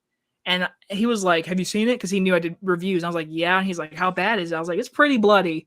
He's like, I'd go get him. I was like, fuck. So I had to walk up there and I got up to him and I said, hey, how old is your daughter? And he said, he said, she's fine. I was like, yeah, but I said, how old is she? And he was like, she's fine. Can we just enjoy our movie? And I was like, sir, if she's below 6, I was like, she can't be in this theater. And he was like, she's 8. She wasn't 8. And I was like, sir, you're gonna have to leave the auditorium. He's like, are you for real? I was like, yes. And he was like huffing and puffing. His wife was like, his wife was trying to calm him down. So I walked to the end of the aisle to escort them out. He grabbed his popcorn, slung it down, got in my face and said, I want to see this fucking rule, yelling in this theater right in my face. And I'm biting my teeth. I want to punch the shit out of this man. And I was like, please get on my face. Please get on my face. And he was like, show me the fucking rule. And I finally lost it. I said, I'll show you the goddamn rule. Everyone in this auditorium is looking at me and I'm red-faced. So I walk all the way down, get up to the front desk, hand him the sheet. 6 years old, under, not allowed. And he said, when the fuck did this become a rule? This is like tiny paper. No one even told me when I was buying my ticket. And I was like, that's our fault. I'm sorry. He's like, I want to speak to your manager. I was like, I'm the manager of the night. He's like, this is bullshit. And I was like, have a great night. And he walked out. That's karma for him not listening. Like, but again, I have so many stories. I mean, there's funny stories. Hell, like I walked in on people having sex. I was like, oh, okay. Oh my God. I didn't expect to hear that. Here's the funny part. So we have a sheet when workers at a movie theater have a sheet for ushering. And when you clean, I wasn't a manager then. I was a floor staff. And when it was late at night, if there's 0 people in a theater, that means we can go ahead and turn the bulb off and walk in there and go ahead and clean it before we even close. So there was 0 people on the sheet. We were like, okay, there's no one in this theater. Let's go clean it. We opened the door, and you know how there's a little hallway to enter the auditorium? Yeah, like those little hallways, like where you just like really walk up them and then you go to your seat. Yeah. Yeah, there's a guy and a girl right in front of me in the hallway. No. Oh man, dude. I feel so bad. Like, They were teenagers. So I shut the door and I sat out the door, and then like 2 minutes later they walk out and he's literally putting his shirt on. He's like, "Sorry, bro," and the girl's like, and I was like, "Y'all are fucking gross." yeah, but with that Candyman experience, bro, I really feel sorry for you. I mean, but again, it's done, so that's good. But the thing was, though, like, I hate customers like that because I mean, I never worked in a movie theater though, but I worked at a couple of hardware stores. So I've had customers like that literally think like they complain about the prices and they're fucking like, I thought it was this price. No, we upped the price. The price was already upgraded. It's done with the sale. Economy. And I'm not conning you. I'm literally just trying to tell you what's actually coming up on the computer because I was working also as a cashier at one point. And they still fucking complain about it, and then I literally have to call my manager. Like, I hate that. Like, because even when I go to the movie theater, like when I go to the movie theater sometimes I just pre-order my tickets online so that way I don't have to like wait in line for everybody. Because that's what I had, like, because that's what happened with Scream 6, and I was like, well, good thing I ordered my ticket already. So I literally went into I literally was just like, you know what, this is gonna take too long. The movie's about to start. I'm gonna go get my seat. So, and I snuck out. I think it was during the Transformers trailer when it was playing. I snuck out for a second to see if the line was going down for concessions because. If you know me, I can't go without a theater experience without any snacks. Like, I at least have to eat something while I'm in the theater. I used to be like that, but I see way too many movies. I'm just like, I gotta save some money. Yeah, but for me though, I have to eat something when I go to the theater because otherwise I'm gonna leave the theater starving. Like, that's fine. When you're in there and everyone else is buying popcorn, you can smell it. You're like, man, I gotta eat something. Yeah, not just that. Like even like when I get in there, that's the first thing I do is get my concessions before I go get my seat, and obviously I have to take a picture of the poster so I can post it on so I can promote the film. So people get so mad at me when I don't take pictures of the screenings I go to. I'm like, guys, it's just a picture of the screen. I don't really care. I review the movie. I review the movie. But the thing what I do is I take a picture of the poster of it when I go to it. Yeah, people get mad at me. They're like, well, you don't take pictures at the screening? I'm like, no, because I'm sitting there on the phone. Because when my theater opened, I'm gonna show you this. We had like these because it wasn't like completely done yet in regards to fixing up stuff and everything. So they did these for a little while, which was the sheet of paper telling you what theater you're in, the movie that's playing, and also the show times, like this. And they also because they also did that with this piece of shit. Yes, I actually sat in a theater watching this movie. I did too. I probably had a worse theater experience than you did. There was no one in my theater when I saw that movie. I remember there was no one in there, so definitely. Good.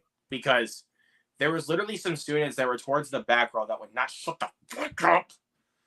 And also there was a guy in front of me during the third act literally started going on his phone and texting, and I was like, fuck you people.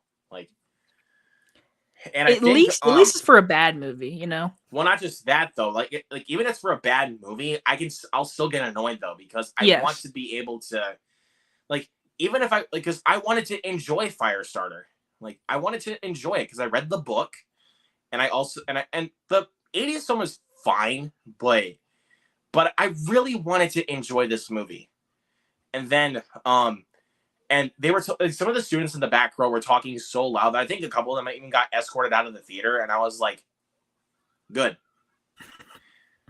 And I did tell them, one of the managers, what happened, and they did give me a free pass, but I was like, that was just me bitching and complaining. So I was like, you know what? I don't need it. Oh, wow. I was like, as a person that works in the movie theater, when someone does that, that is the number one thing we have to do. Is like, well, here you go. But that was just me bitching and complaining. So I was like, you know what? I don't need this anymore. I'm just gonna throw it away. Like, because I already had some coupons anyway. So I mean, I'm not gonna complain. as a person that worked in the movie theater, it is so much fun kicking people out. It is so fun. It is what so was much the fun. funniest, like, here's a little, like, I didn't write this down, but what was the funniest thing that you witnessed, like, when you had to kick somebody out Oh of my the theater? god. Fuck. Okay. It chapter 2. It was packed. Oh, It was okay. packed. And so this is when my theater started doing assigned seating. And so when you sneak in, you don't buy a ticket, so you're sneaking in. The thing was, it was packed. So obviously someone come to me and they're like, "Hey, someone's in my seat." And I was like, "Okay." So I go in there and it's this four, like 2 boys, 2 girls, and they're literally in the seats. And I was like, "Hey, can I see your tickets?" They're like, "Oh, I think I dropped it." I was like, "Okay, well, I can bring you up front and we can go on the computer. We can look through the receipts or whatever. And I can find your seat." And he was like, "Yeah." I was like, "We're definitely." There was another movie out. It was a kids movie. He was like, "Yeah, we're just trying to really enjoy this." And I was like, "Oh, well, you're in the wrong movie theater." And he was like, "Oh, okay, well that makes sense." So I escort him out, and then I get him to the kids movie, and I was like, "Oh, it's already started. You missed like 30 minutes of it." He's like, "Man, I guess we can go watch the other movie then, right?" And I was like, "Oh no, if you don't have a ticket for that, that's for It Chapter 2. You can't see that movie." He's like, "Okay." So I walk down the hall and I stand at the usher stand, and they're supposed to like leave, but they're hanging around, whatever. And then I turn my head, but my eyes are still looking at them. They just charge into it. And I was like, all right. So I grabbed a security guard and we walked down there and I grabbed my little light. And I was like, click, click. I was like, "Hey, get out." And then he was like, I was like in the corner smiling too. I was like, "Hey." And then Get out. they had popcorn and everything, and he was like, "Well, can we get a refund?" I was like, "Oh no, you can't." He's like, "Why not?" And I was like, "Because I said no." They did, and they walked out. Good man. Yeah, If they sneak dude, into a movie theater without you it's buying a fun. ticket, they don't get a refund because they Mm-mm. didn't even freaking buy the ticket.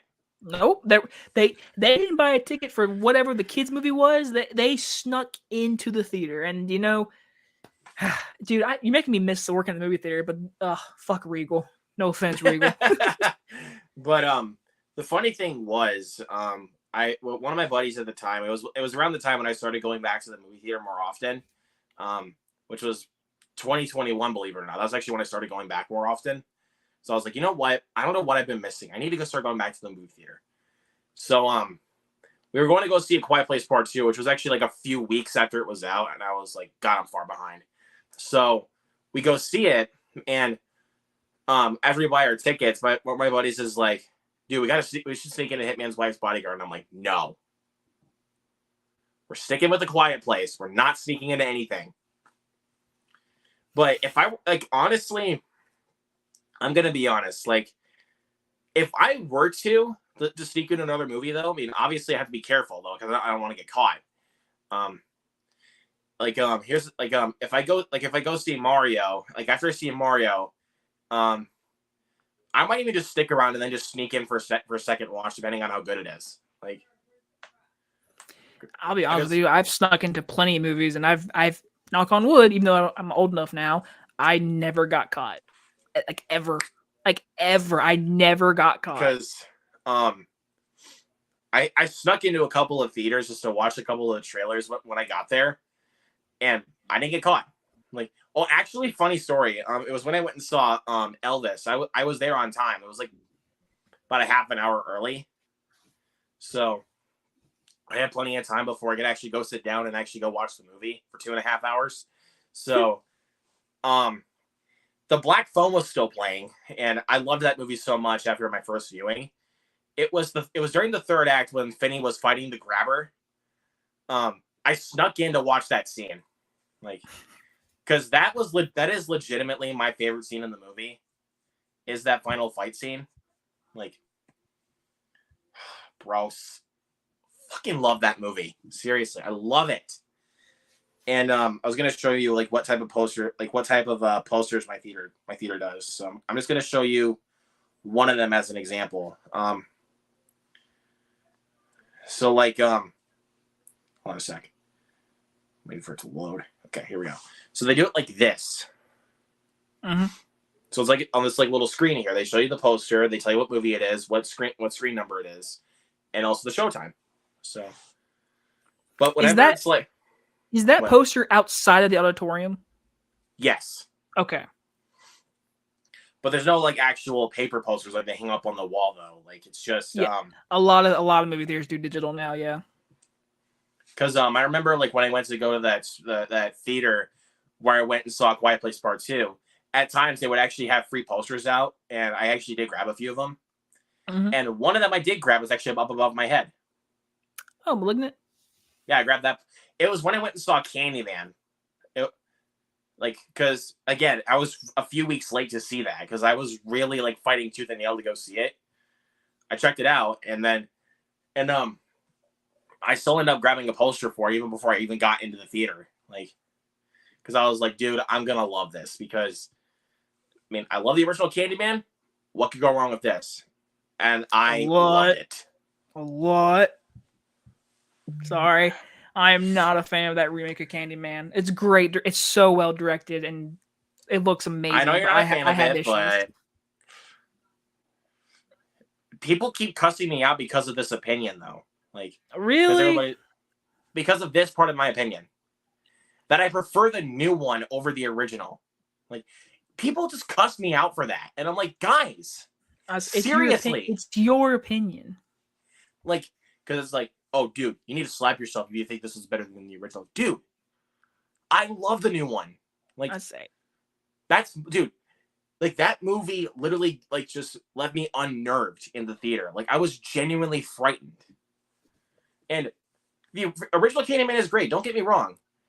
But at the same time, I kind of feel like I've seen that film before. Like, in regards to the film's plot and story, I kind of feel like I've seen that film before. Again, I've had death threats at me for liking a movie, so I'm like, I don't really give a fuck. It's my opinion. But in my personal opinion, I do prefer the original Candyman over any other Candyman that we've gotten, even the sequels to the original.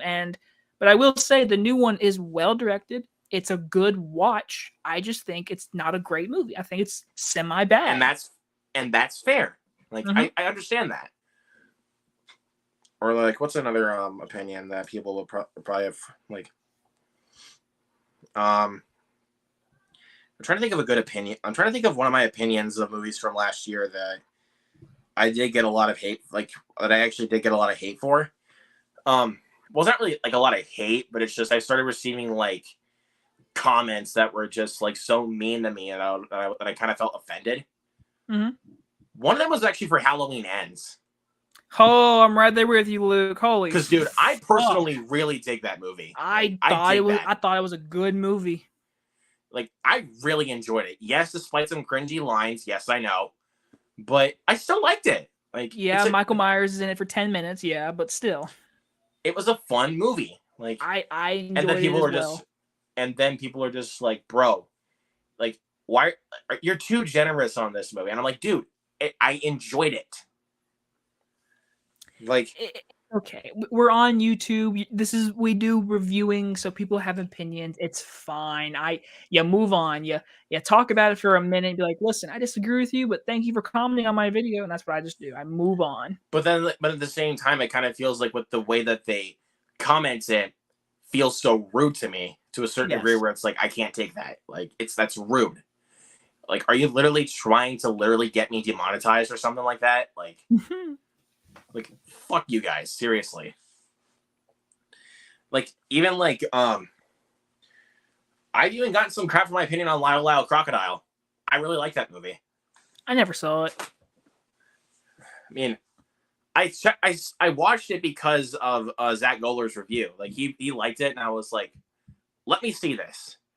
So I literally had to like wait almost a month to check it out because by the time that Black Adam came out, it was gone, and I was like, fuck. But then the week after, when they were playing Pray for the Devil, they actually put it back in, and I was like, oh, thank God. I didn't review that movie, but I watched it because my mom and dad bought it, and I thought it was fine. Yeah, Fuck me, I am too. my mom bought it. Like I didn't buy it. My mom bought it. She was like, I want to see this movie. I was like, okay. She watched it. She's like, that wasn't bad at all. And I was like, well, it's got horrible reviews. So I finally watched it like 2 weeks ago. It's fine. It's not great. It's not great, but it's like I've seen worse Exorcist movies. But you're not saying that it's good though. Like no, it's not a movie I'm ever gonna rewatch. Do I own it? Yeah. Am I ever gonna rewatch it? No. Like, because here's the thing though. Like, I own Lyle Lyle Crocodile on 4K, but I have not seen this film since the theater. Like, I have a lot of movies like that. I have a ton. I usually because I remember on New Year's Day, I was gonna try to revisit some movies I had not seen since the theater. So I revisited The Woman King and Halloween Ends because I had not seen those films since theaters. But this is one of the only films I saw in theaters last year that I have not revisited since. Like, and I kind of questioning myself why, because I love the music. Like, the music is so good. I might watch it one day, but it's not gonna happen anytime soon. Like, let me look and see, because I saw about 30, like a little over 30 movies last year in theaters. Because that was when my new theater opened, so I was able to go see a lot more movies. I'm trying to find the list. Obviously, I haven't revisited Firestarter because that movie fucking sucks. I haven't revisited Bros since the theater. Like, same. Do I own that? I do. I have it. Yeah. But I have not revisited since the theater. What's another one? I do own it. Yeah. Yeah. I got it. Because I remember seeing in the background of your videos, I was like, wait, you own that? I've never been able to find it. Yeah, I own it. But thankfully, when I got a Best Buy gift card for Christmas, I was able to get it. So, because I really wanted to own that movie, but the thing is, though, I still never found the desire to rewatch it. It is really funny. It is really, really funny. Bobby, I had sex with that 65-year-old. Like, I was injected steroids as a Dumbledore. That was so funny. Well, I think it's actually for good reason though, because of the season that it's in. I haven't watched Violent Night since theaters. Yeah, I've only seen it in theaters. But I think I might wait till Christmas to rewatch it because I really want to watch that movie again. Yeah, my mom and dad rewatched. My mom and dad watched it for the first time, and they fucking loved it. Like they really liked it. I was like, I liked it, but like they loved it. I was like, well, good for y'all. I loved it too, man. I loved it. Like I enjoyed it. I really did. I hope they do a sequel. Like I hope it actually happens. They actually are going to do a sequel. They did confirm for a sequel. So. Yeah, I know. I hope. I hope. Like I want them to do it. Like do it. I want to see. Like I want to see a sequel. Yeah. Obviously, I haven't revisited Minions since theaters because who gives a fuck? Like I don't own any Despicable Me movies. Any of them. The only one I don't own is the first Minions because that movie is very fucking annoying. I think that might be it actually. Well, obviously Avatar since because it hasn't even a fucking streaming service. Like I'll buy that on 4K as soon as it gets released. If it gets released, I will buy it, but. Am I going to be rewatching that film all the time? Probably not. Not all the time, but I'm definitely going to rewatch it like as soon as I get it. I want to see the 4K. Well, I was meaning like in regards to films that I would continuously rewatch would be that one. Definitely not. Like if fucking Barbarian had a Blu-ray, I would watch that all the time. If freaking See How They Run had a Blu-ray, I'd watch that one all the time. Frick. Oh yeah, that little mystery movie. That was a good little movie. I mean, dude, like all I needed to hear was Sam Rockwell in a murder mystery. Boom. It was a good movie. It's kind of like one of those movies I just watch and move on in life, but like it was good. Because if you guys should know me personally, I'm a huge fan of Sam Rockwell. Like, big fan of that guy. Trying to think of another movie that should have had Like, give me Marcel the Shell with shoes on, an actual physical release that's not from the fucking A24 shop. Yeah, my friend actually went and bought it on A24 shop. I don't own it, but he did because he loved it and he has it. And I was like, I'm mad at you. I want it. I really want that an actual physical release. Do the same thing that they did with The Whale, an actual physical release. Yeah, not something exclusive to that. I have that, but it's literally outside of my room, so I'm not going to get up and go get it. All right, I'll do us a favor then. I'll show it. I'll show it off. This is what it looks like, everyone. Brendan Fraser. Freaking love that movie. Like, bro, like, that is going to be one of those films that I'm definitely not going to be rewatching all the time because that movie will destroy me. Like, my mom and dad didn't see it, and they watched the Oscars, and they saw him win it, and then they wanted to see it, and so they watched it. I think they watched it like last week, and I came out of my room to go say, like, how'd y'all think? What'd y'all think? And my mom was literally wiping tears. I was like, oh, okay. Well, obviously it worked. There you go. See? Oh, God, I'm getting teary not even talking about it. No, Luke. No. It makes you feel better. There's a few comments, and we still have questions to ask if you have questions to ask. But I still do, but it's just, oh, my God, man. Like, just that one moment with Brendan Fraser. I know exactly what you're talking about, too. Yeah. Oh, man, that, like, because sometimes I even practice, like, quoting that, like, I still cry, like, every time. Mm-hmm. Well-deserved Oscar win, man. Really well-deserved Oscar win. Like, yeah. As soon as I saw it, I was like, listen, I know Austin Butler is great and all, but, like, after I saw The Whale, I was like, it's his. It's his. Yeah, I thought the same thing because I missed The Whale for a while, but then when I got the Blu-ray, I got it a few days early since I pre-ordered it. Because that's one of those times where it's like I blind buy a movie, I pre-order it because I heard a lot of good things. Mm-hmm. Did that with The Whale, and I did that with The Fabelmans, and also I did that with Plane, but I haven't seen it still. I'm still waiting to watch it. Because I was really wanting to check that movie out, but my theater never got it, and I was like, "Fuck." It's a fine action movie. Because I got that trailer for it when I went and saw Violent Night, and I was like, "Dude, this actually looks good. Like, I want to check it out." But then my theater never gets it because it came out the same week as A Man Called Otto, and I was like, "Damn it!" Like, but Man Called Otto was a great movie, though. I'll give it that. I also bought that movie. I did. I have it too. I believe. Right down here. Yeah. Boom. And also, I got to show you something. I kept my ticket. That's a cool idea. Someone else does that with their Blu-rays, and I was like, that's a cool idea. Milton does that. Yeah, it was Millen. Yeah.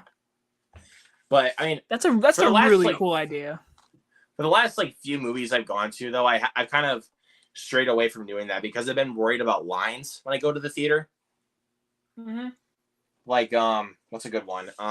Obviously Scream 6. I did that with Creed 3. Also did that with Shazam, John Wick, and Dungeons and Dragons. Because the last movie I even have it like an actual paper ticket for. It's right here. Here it is. It's for Cocaine Bear. Oh, nice. And I'm like, you know what? I'm not mad this is the last paper ticket I have right now, man. Because this movie was freaking awesome, man. And no, I wasn't high on cocaine. I can't tell you the last time I bought a paper ticket. I can't. I'm trying to think. Because I'm going to tell... Because... And it's... I don't know. I mean, I never really got those comments, but I had this weird feeling that people were just going to think I'm high on cocaine because of how much I loved that movie. That's the best part. But at the same time, I kind of feel like I take offense to those kind of comments. Like, oh no, not at all. Like, I know they're definitely trying to be funny though, but at the same time, I kind of take offense to those comments. I do remember the last time I bought a ticket. I don't have the ticket, but I do remember buying it. I bought it because I went on a date with somebody and I went and saw Smile. I remember that. Actually, oh damn! Do you have the ticket with you on your Blu-ray? It's not just the Blu-ray. 4K. I have it on 4K. Did I buy it on 4K? I might have. Yeah, I did too. Yeah. There it is. Nice. Look at us both owning 4K movies. Yeah, there you go. And this was one of my favorite horror films of last year. I freaking love this movie. It is. It is the movie. Usually, when people ask me like, "What's a good scary movie?" because general audiences, I usually recommend Smile. This movie freaked me out in theaters, bro. It's Like got, this is, and I'm not gonna lie, jump scares. even when I rewatch this film, it still scares me. This is like legitimately one of the scariest films I've ever seen in my life. Like, it's genuinely frightening, man. Like, anytime I literally see this creepy smile on like that, dude, I freak out. Like, and it's the only time so far that my theater's done it. I gotten a free poster for it. Nice. It's the only time my theater's done that, and I'm like, where's my free poster for freaking Creed 3? Where's one for Scream 6? Usually my theater does the tiny posters. I don't usually get them because mine was a tiny one too for Smile. I have Mad Max from 2015. I have, you can't see it, but it's a It poster, and then it's a Scream 5 poster. Yeah. I really, dude, I know that I'm probably not gonna do it, but I would love to see if they do one for Mario. Like, my theater is a Regal theater. They have tiny posters for that. Literally, I could literally go to the Regal theaters right now and grab one. I really want, dude, because my two favorite video game characters are Mario and Sonic, and I literally have I have like 2 Sonic posters. Nice. Like, I have one for Sonic the Hedgehog 2, and I have like literally a 3D poster for the first Sonic, like where it's actually like a little like lenticular poster. Mm-hmm. I got one of those at like I think I got that at the Clay County Fair in Spencer, Iowa.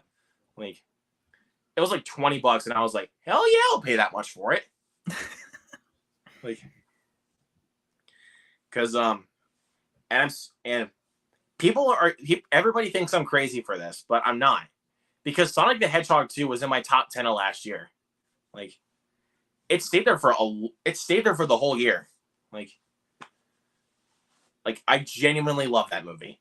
Like, I definitely really enjoyed it. I thought it was a good movie. Yeah, I don't understand some of the hate that film's been getting. Like, I don't popular movies are gonna get hate. Mario's gonna get hate. I mean, I haven't seen it yet, so like, who knows what my opinion will be? But people are gonna hate the movie. It's just gonna happen.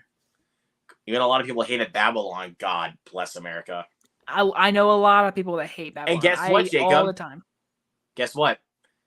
I actually just watched it about a couple months ago. Paramount Plus. Mm-hmm. You're right, man. You're right. And also, I was about to say, where is it? For me, I just got the Blu-ray, unfortunately. I got the 4K. I had to. Well, we got the same covers though, which is good. Yeah, my Best Buy sold out on the Steelbooks. I don't really care for Steelbooks, but like, that Steelbook was awesome though. I love that Steelbook. It was a cool Steelbook. But again, I'm not the biggest Steelbook person. Yeah, I mean, if you remember my February haul though, dude, I went crazy on Steelbooks. Like, I remember you had like a huge stack. I remember that. And I did have a couple of it was mostly Lionsgate Steelbooks. Like, and you're probably gonna laugh. I mean, I know you own this one too, but hell yeah. But look at this though. I want to show you. So this is actually a double-sided steelbook. It literally actually came like this when you put it in the slipcover like this. So let me show you. So it's like this when it comes like that. And when I took it out of the slipcover, I was like, you literally flip it around. So it's like you have the theatrical poster and you have a steelbook artwork. I think I prefer the steelbook artwork. I think I like the white. This one right here? Yeah, I like the white and how it like drips at the bottom. I like that. I kind of like this poster better because it actually does kind of represent Hellboy better. Yeah. Like, because I love the Guillermo del Toro Hellboy movies. Like, I love those movies. Yeah. Like, because, and also by that time, I was actually kind of a Hellboy fanatic. Like, but then this film kind of destroyed that for me because this film was freaking terrible. Like, it was terrible. It should have not been that bad, but man, was it bad. Like, the last, 5 minutes of the film where it was, an extended one-shot action scene, I was like, where was this from the whole time? I think my favorite part was him fighting the trolls. I would say the 3 giants? Yeah. That was pretty cool. It was stupid because it was bad CGI, but man, it was just so, I was like, just killing the shit out of these trolls. Yeah. Oh yeah, and yet another one that I know you also have, but this was cheap, so I bought it. Do I own that? A B C D R S R O. It's the Taron Egerton Robin Hood. Yeah, it's not a good movie. Do I own that movie? How do you know if I own this movie? I don't even know if I own this movie. Oh my god, I fucking own this movie. Look at that. And different covers too. Another movie that I own that I will not watch. Yeah. I mean, if I need it, but honestly, like if I were to watch it though, I would need to be stoned to watch it. Like I'll probably just watch the Disney version, honestly. The better one, or hell, I'll watch this one. Robin Hood. Prince of Thieves. Is that Kevin Costner one with the bad accent? He doesn't even attempt an English accent at all. You got freaking Alan Rickman as the sheriff, bro. Like, perfect. I need to hit these comments here really quick. What's a celebrity you would love to see a biopic of? I would love to see a biopic of... Oh, Chester Bennington's a good one. That's a really good one. I've always said this one before because I love these. I mean, I like music biopics. I would love to see a biopic about Green Day, my favorite band of all time.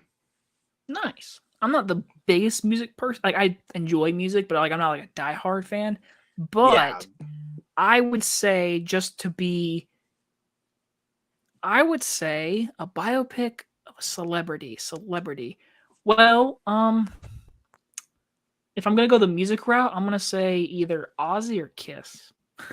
Ozzy Osbourne or the band Kiss. Nice. I like those. I like those.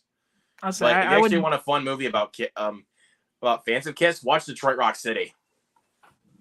I say the greatest movie of all time is the Kiss and the Phantom go to the amusement park. I don't know if you ever heard of this movie, but it is amazing. Oh God! Look it up. I'll look it up after we're done. I will look up the title just so I can say it right, so you can actually find it. Is my god! But dude, Detroit Rock City. Have you seen Detroit Rock City? It's been 10 years. That movie is hilarious. Like, I like that. It's a girl walking on the side of the road. We should pull over and help her out. Hey, they make scary movies that start out like that. But hey, they make porno movies that start out like that too, man. It's called Kiss Meets the Phantom of the Park. Oh, if anyone out there wants to have a great night watching a horrible movie, please watch that movie. I will add that to my list. Luke, it is as bad as Blood and Honey, Jeepers Creepers. It is so bad, so good. Well, at least it's so bad it's good. It's not so bad where it's taking itself so goddamn seriously. Oh boy, just you watch one clip. It's Because dude, like, I like movies that are bad but don't take themselves so seriously. Like Howard the Duck is my ultimate guilty pleasure movie, and that movie does not even take itself so seriously. There's duck boobies in that movie. And literally Leah Thompson has sex with a duck. It's amazing. One of the best steelbooks ever. Look at that shit. That is so cool. Speaking of that movie, I also have it on 4K. I say, when I saw the steelbook, the steelbook is better, but dude, and surprisingly, this one looks great on 4K. Like, I know. I watched it on 4K when I bought it because I was like, I haven't seen it in so long. This movie is bad, people. Let me tell you that, but it's great. It's so hilarious, though. It's so hilarious. No one laughs at a master of quack fool. Jesus. Cheesy duck puns. Like, some of the cheesiest duck puns. But the film has reached a cult status, though. I'll give it that. And I'm kind of glad it has, if I'm being honest with you. Let's see. Chester Bennington would be a great idea for music biopic. Yes, I love Linkin Park. Uh-oh. One of my besties in here. Tracy. Hi, What's Tracy. going on, my friend? How you doing? Also, fans of something. Eddie and Haley. I'm probably assuming it's Eddie. What's going on, guys? Happy to see you here. Also, If you guys haven't already, go subscribe to Fans of Something and also go subscribe to Tracy as well. They have awesome content that you guys don't want to miss. let's see. I want an Eartha Kitt biopic. Okay. All I'm right. not sure. I'm not like familiar with Eartha Kitt, but yeah, I would love to see that. To kind of like get like a viewpoint. Because I mean, if you look at films like Weird the Al Yankovic Story, that film is like barely even a biopic. Never seen it. Dude, no. I know.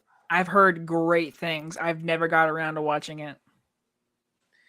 Oh my god, dude. That movie is not even a biopic. Like I've heard it's like got a weird theme of it being a biopic movie No about pun not being intended. a biopic. No pun intended, actually. But but dude, Daniel Radcliffe gives a tremendous performance as Weird Al Yankovic. Like I love that man. He's my childhood Harry Potter, so I will watch most of what he if I can watch it. But it is a really, really good movie. Like it's really, really funny as well. Really funny. All right. Let's get to question number 3. I love these questions. Even though we've only had 2, I love these questions. Thanks, man. I mean, I had to think through them, though, just so you know. If you were to make a horror film, because I know you're an aspiring filmmaker, what type of horror film would you make? Like, what type of subgenre would you want to do? Oh, fuck. Oh, god damn it. What have I done? Oh, that's a great question, Luke. Okay. All right. So, what I'm making right now is a thriller with horror adjacents. My short film I'm making in 2 weeks is called Paralysis. And I would say, to compare my movie with another movie, I would say Seven meets Scream. Okay.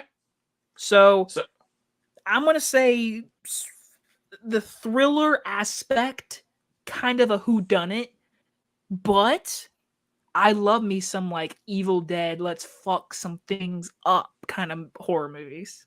Okay. Yeah. I like that. I like where you went with that. Like, because I mean, like, I like those kind of movies too. Like, but if I were to make a horror film, though, I mean, and I'm also kind of a sucker for these movies, I would kind of go for like a really fun, over the top slasher. I adore horror films. Like, I do too.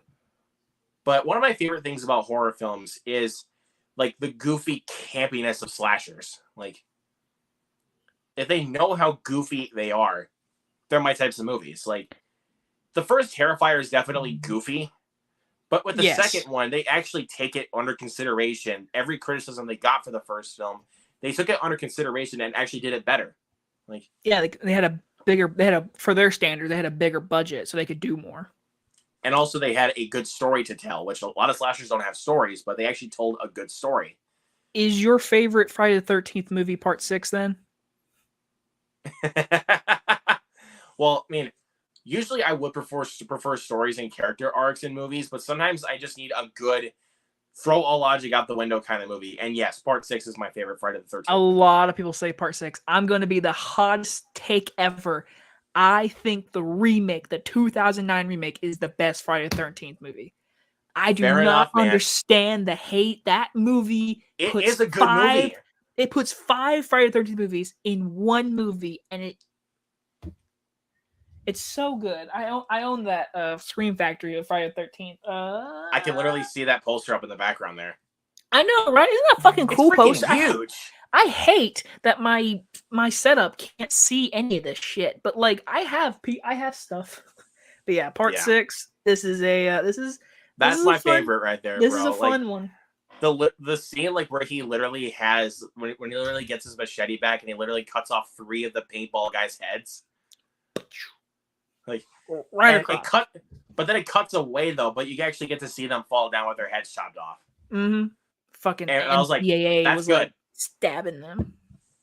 I kind of would have liked to seen it in a way that was done like the first Friday the 13th, like when Alice kills Jason's mother. Yeah. Like I would like to see it more done that way, but with what they did though, I was fine with it because the way that they did it was definitely silly, but the film knows it, and plus you can't go wrong with Jason because he's a total badass. Like, yep, he is a badass. Like, If you think Michael Myers really works out in the Rob Zombie films, look at Jason. Like, I'm pretty intrigued on this Crystal Lake show they're doing. I'm pretty intrigued. Yeah, and I'm not gonna lie. I actually just rewatched Terrifier 2 like the whole way through earlier today because Nice. they actually put it on Amazon Prime. So I watched it through my parents' new 4K TV. I bet it looked great, didn't it? It looked good, honestly. I'm not gonna lie. And I wasn't doing this to anybody, but I was also kind of like reenacting like some of the certain things that Art the Clown does, like whenever he kills people, like even like what the smile did, because I can actually do pretty well with the smile, remember that scene in the costume shop, like when he's literally just like putting random things on the desk, like where he's like, and then yeah, the guy's like, "Hey," and he's like, "Get the hell out of here before I fuck you up." Wait, hold on. Let me see if I can find something here.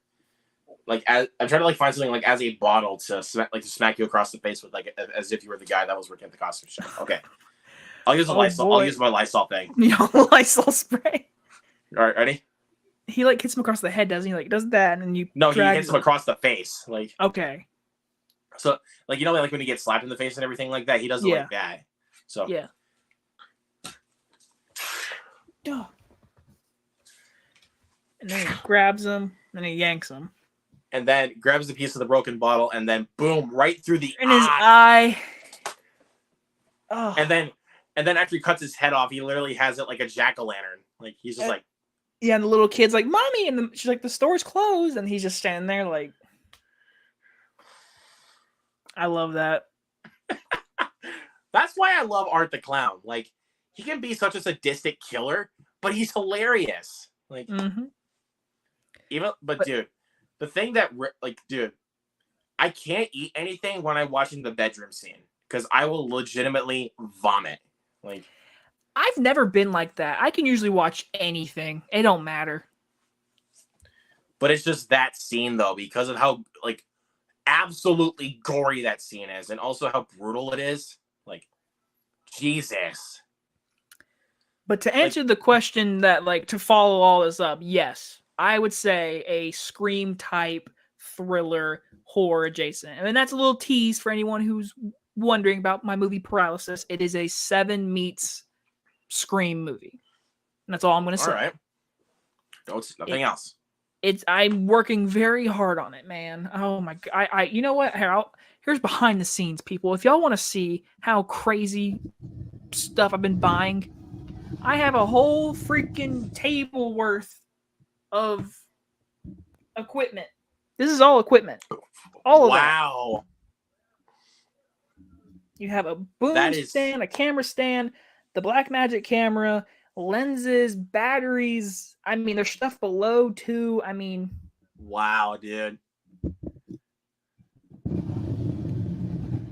Like, this is what you do to make horror movies, or this is how you make movies, people. This is how you make movies. You gotta buy the stuff and do it. Unless you have like a crew, which mainly is me, but I have a crew. I have friends coming, and there's so much going on.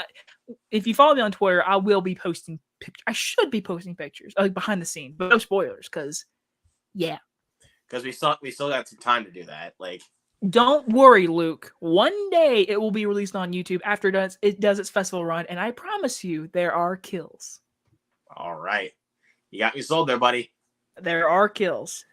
Because I'm a sucker for kills in horror movies, so like. I don't have the biggest budget, so I can't like literally rip someone's head off. But I tried. We're going to try our best. As long as you try your best, that's all that counts, man. Because I mean, and then also obviously when you get a bigger budget, you can actually be able to pull that kind of stuff off. So obviously, yes. Yeah. So I mean, what's the next question? I freaking love these questions. I know we've only done 3, but like I love these. What's the 4th one? All right. If you could meet 3 actors in real life, what would they be? Who would they be? Okay. There's so many.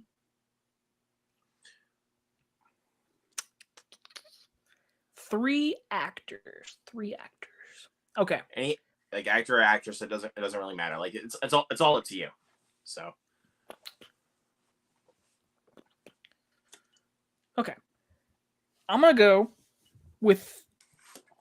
put my celebrity crush in there just so I can, if anyone. So that's one. I'm trying to think of the two people. All right, here we go. I'm going to say Ryan Reynolds because he's fucking Ryan Reynolds. He just seems like such a fun dude. I would love to meet him. I think every interview I've ever seen with him, he seems like a great guy. Second would be, let's go with Tom Hanks. I would love to meet Tom Hanks. He's the GOAT. So I mean, I would love to meet him, ask him like Forrest Gump questions and like Philadelphia questions and big questions and obviously Toy Story. Like, I mean, I would, yeah. The third one, I'm only mainly saying this because of my celebrity crush, but I'm gonna say Haley Steinfeld. Oh my god. Yeah. Oh, that's a great pick. Like, she's also a great actress. She's also a great actress. Let me just say that. But my main reason is just to see her. I'd be like, hi. But like, she's great in True Grit and Edge of 17. Like, she's really Spider-Verse. So like, I could ask her questions, but like, I'd be like, can I hug you? Yeah, I mean, I get that for sure, man. Yeah, definitely. But I'm not going to call this off yet, though, because my mom literally just texted me. So, but if you want to entertain the audience for a little bit, I got to take my dog out. So. Oh, boy. All right. Yeah, I know. My mom literally just texted me about that because my brother and my dad are out in a hockey game. So, yeah. Fuck. We love not hockey. But, yeah, you can go ahead and entertain the audience and tell them like some stuff, and I'll be right back. Of course. This is officially the Jacob Hubbard channel. I've taken over Luke Ponto's and all of our questions here. The View with the Drew. I can't click on the comment, but I can answer it. What part of American Werewolf and Lynn transformation scene do you feel looks the most painful? The hand. The hand. When his hand grows. But his snout. The snout might do it too. Because that's his face. But that hand, like, it grows. It grows. But, like, the teeth, doesn't show his teeth. Because the teeth would hurt. That would hurt. But View the Drew, if you're still listening, I would say the hands is my first answer. But I will say the snout. That shit would hurt. But I don't see any more questions, so I'm just going to talk about Paralysis. Paralysis is directed by me. It is written by my friend and me. It will be filmed in late April for a whole week, and it's projected to be 30 minutes, at least, maybe 28. It depends how long we do certain frames. So, with certain frames, I will be using this bad boy. And all of you people out there who are watching that love cameras are going to love this. Because I'm going to make this movie look amazing.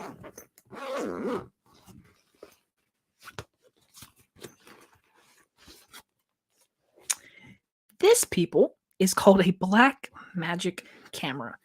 This thing is a lot of money, and it's going to make my movie hopefully mostly going to look like a movie that you would see on the big screen. And this thing costs a lot of money, like a lot of money. So I'm going to make sure I don't drop it. But yeah, this is what I'm using for the movie.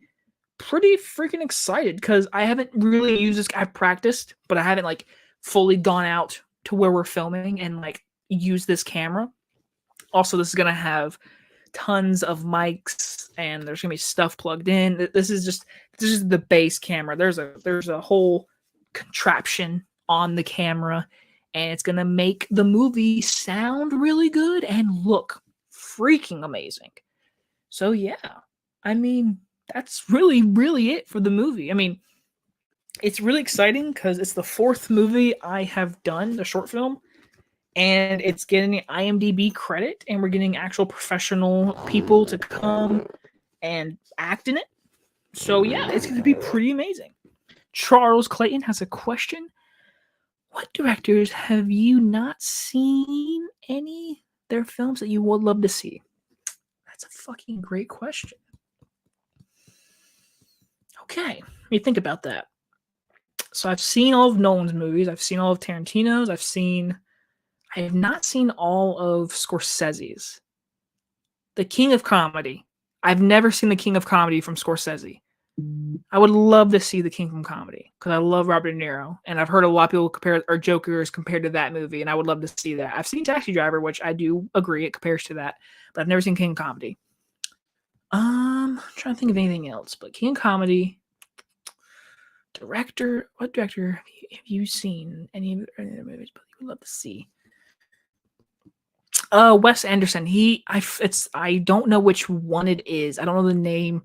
It's the one with like Adrian Brody, Owen Wilson. Is that even a Paul Thomas Anderson movie? Is it? I might be wrong. Wes Anderson. Sorry. I want to see that.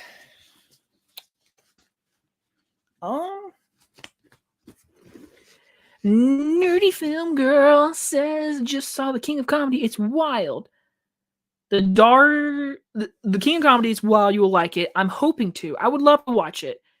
The Darjeeling Limited favorite Wes Anderson movie. Okay, so mine is probably Fantastic Mr. Fox or Moonrise Kingdom. Those are probably my two favorite. But I think I own the Darjeeling Limited. I might, and I haven't even seen it. Hold on. Let me put this away. Look who's back. Man, that's the movie we're talking about. Hold on, I gotta get in here to go film. I gotta find out. Hold on. All right. Damn it.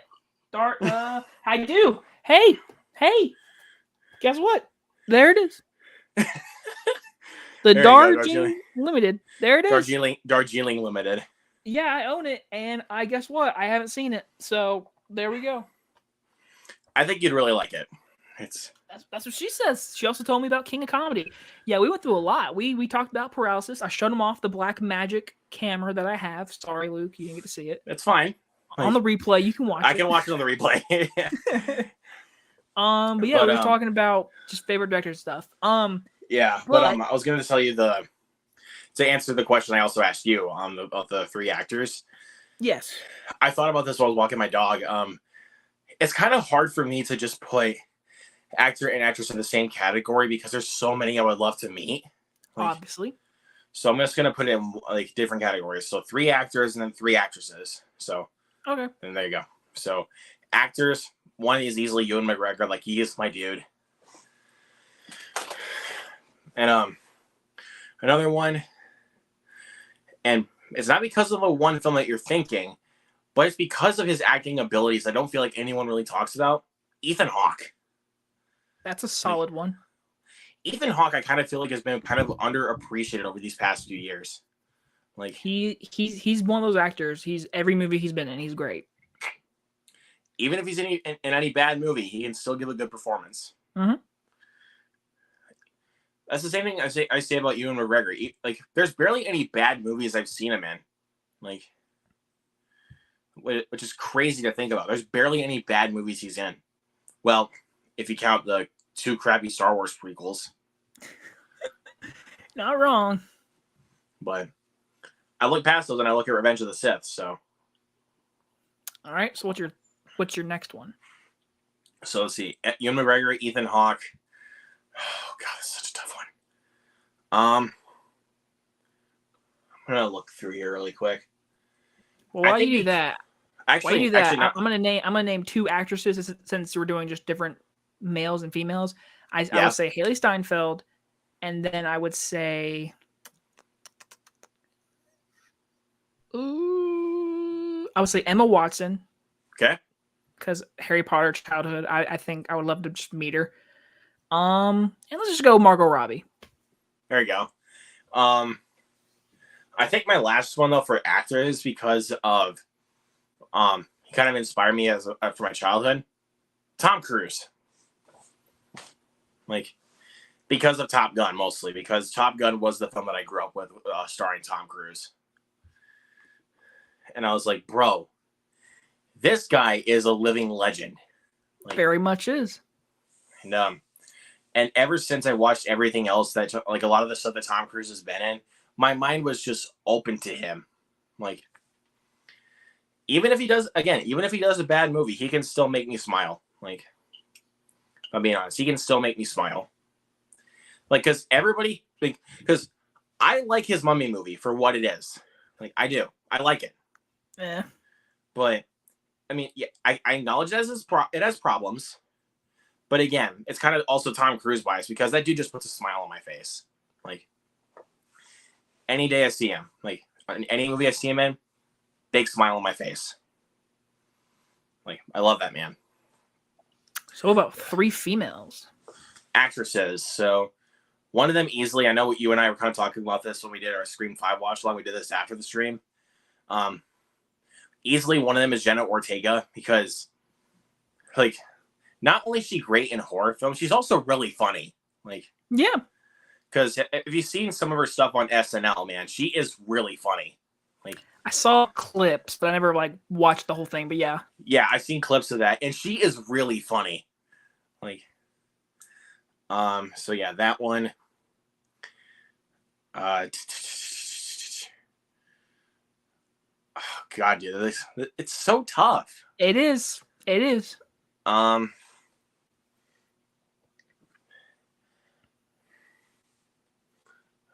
God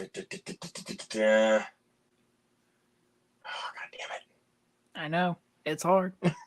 As I'm sitting here thinking, there's so many. I mean, I chose 3, but like, heck, I would choose Samara Weaving, Jennifer Aniston, Emily Blunt, freaking Angelina Jolie.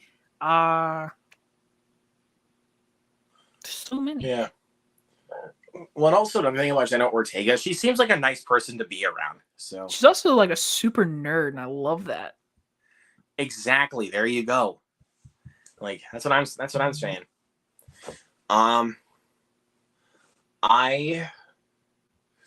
This is another new up and coming actress, but I'm gonna have to go with this one because kind of a bias. Rachel Zegler. Like, I loved her in West Side Story, and she was great in Shazam. And again, from like some stuff I've seen her in, like in regards to like interviews and stuff, she seems really nice, and she's also really funny. Like, so I think I know your third one. What do you think? I would say the one and only Lauren Lavera. That's a close one. Okay. She's very nice. I've talked to her on Twitter. She's very nice. I would like to talk to her at one point, you know, because of Terrifier too. So, because you know, sometimes, because like that's what I've been wanting to try to do, is actually try to get into contact with some celebrities to kind of, you know, get to interview them, get to chat with them, you know. Dude, if you ever interview Lauren Lavera, that'd be so dope. But one I actually love to interview is David Howard Thornton, though, like, because I hear he's actually pretty easy to get in contact with. So, would love to see it. You could put him on this show. Of course, man. I mean, I would love to talk to that dude. So yeah, Jenna Ortega, Rachel Zegler. I think my last one. This is actually going to be an interesting one. I'm actually going with Elizabeth Olsen. All right. The Scarlet Witch herself. Scarlet Witch. At first, I really did not know her character like very well at all when it came to like Age of Ultron. But as her character progressed in every other MCU film that she was in, especially when she got to WandaVision and Multiverse of Madness, I started to understand her character a lot more, and I was like, "Yo, she is awesome!" Like, she is. And what's another great movie? Wind River. Wind River. Underrated movie. Mm-hmm. And Tracy also pointed out a good one right here. Aubrey Plaza is an interesting one. She very much is. I love her just deadpan humor. Yeah, for sure. She is a good actress. Just, I don't know, man. I mean, a lot of people were praising Emily the Criminal from last year. I didn't quite get through with that one. I didn't really think it was all that great. I saw it on TV. And I didn't really care for it. Yeah, I didn't get it very much. I mean, it's not good, but I mean, it wasn't like the worst thing I've ever seen. I just thought it was boring. Like, yeah. But she did definitely save the film for me, though. Definitely.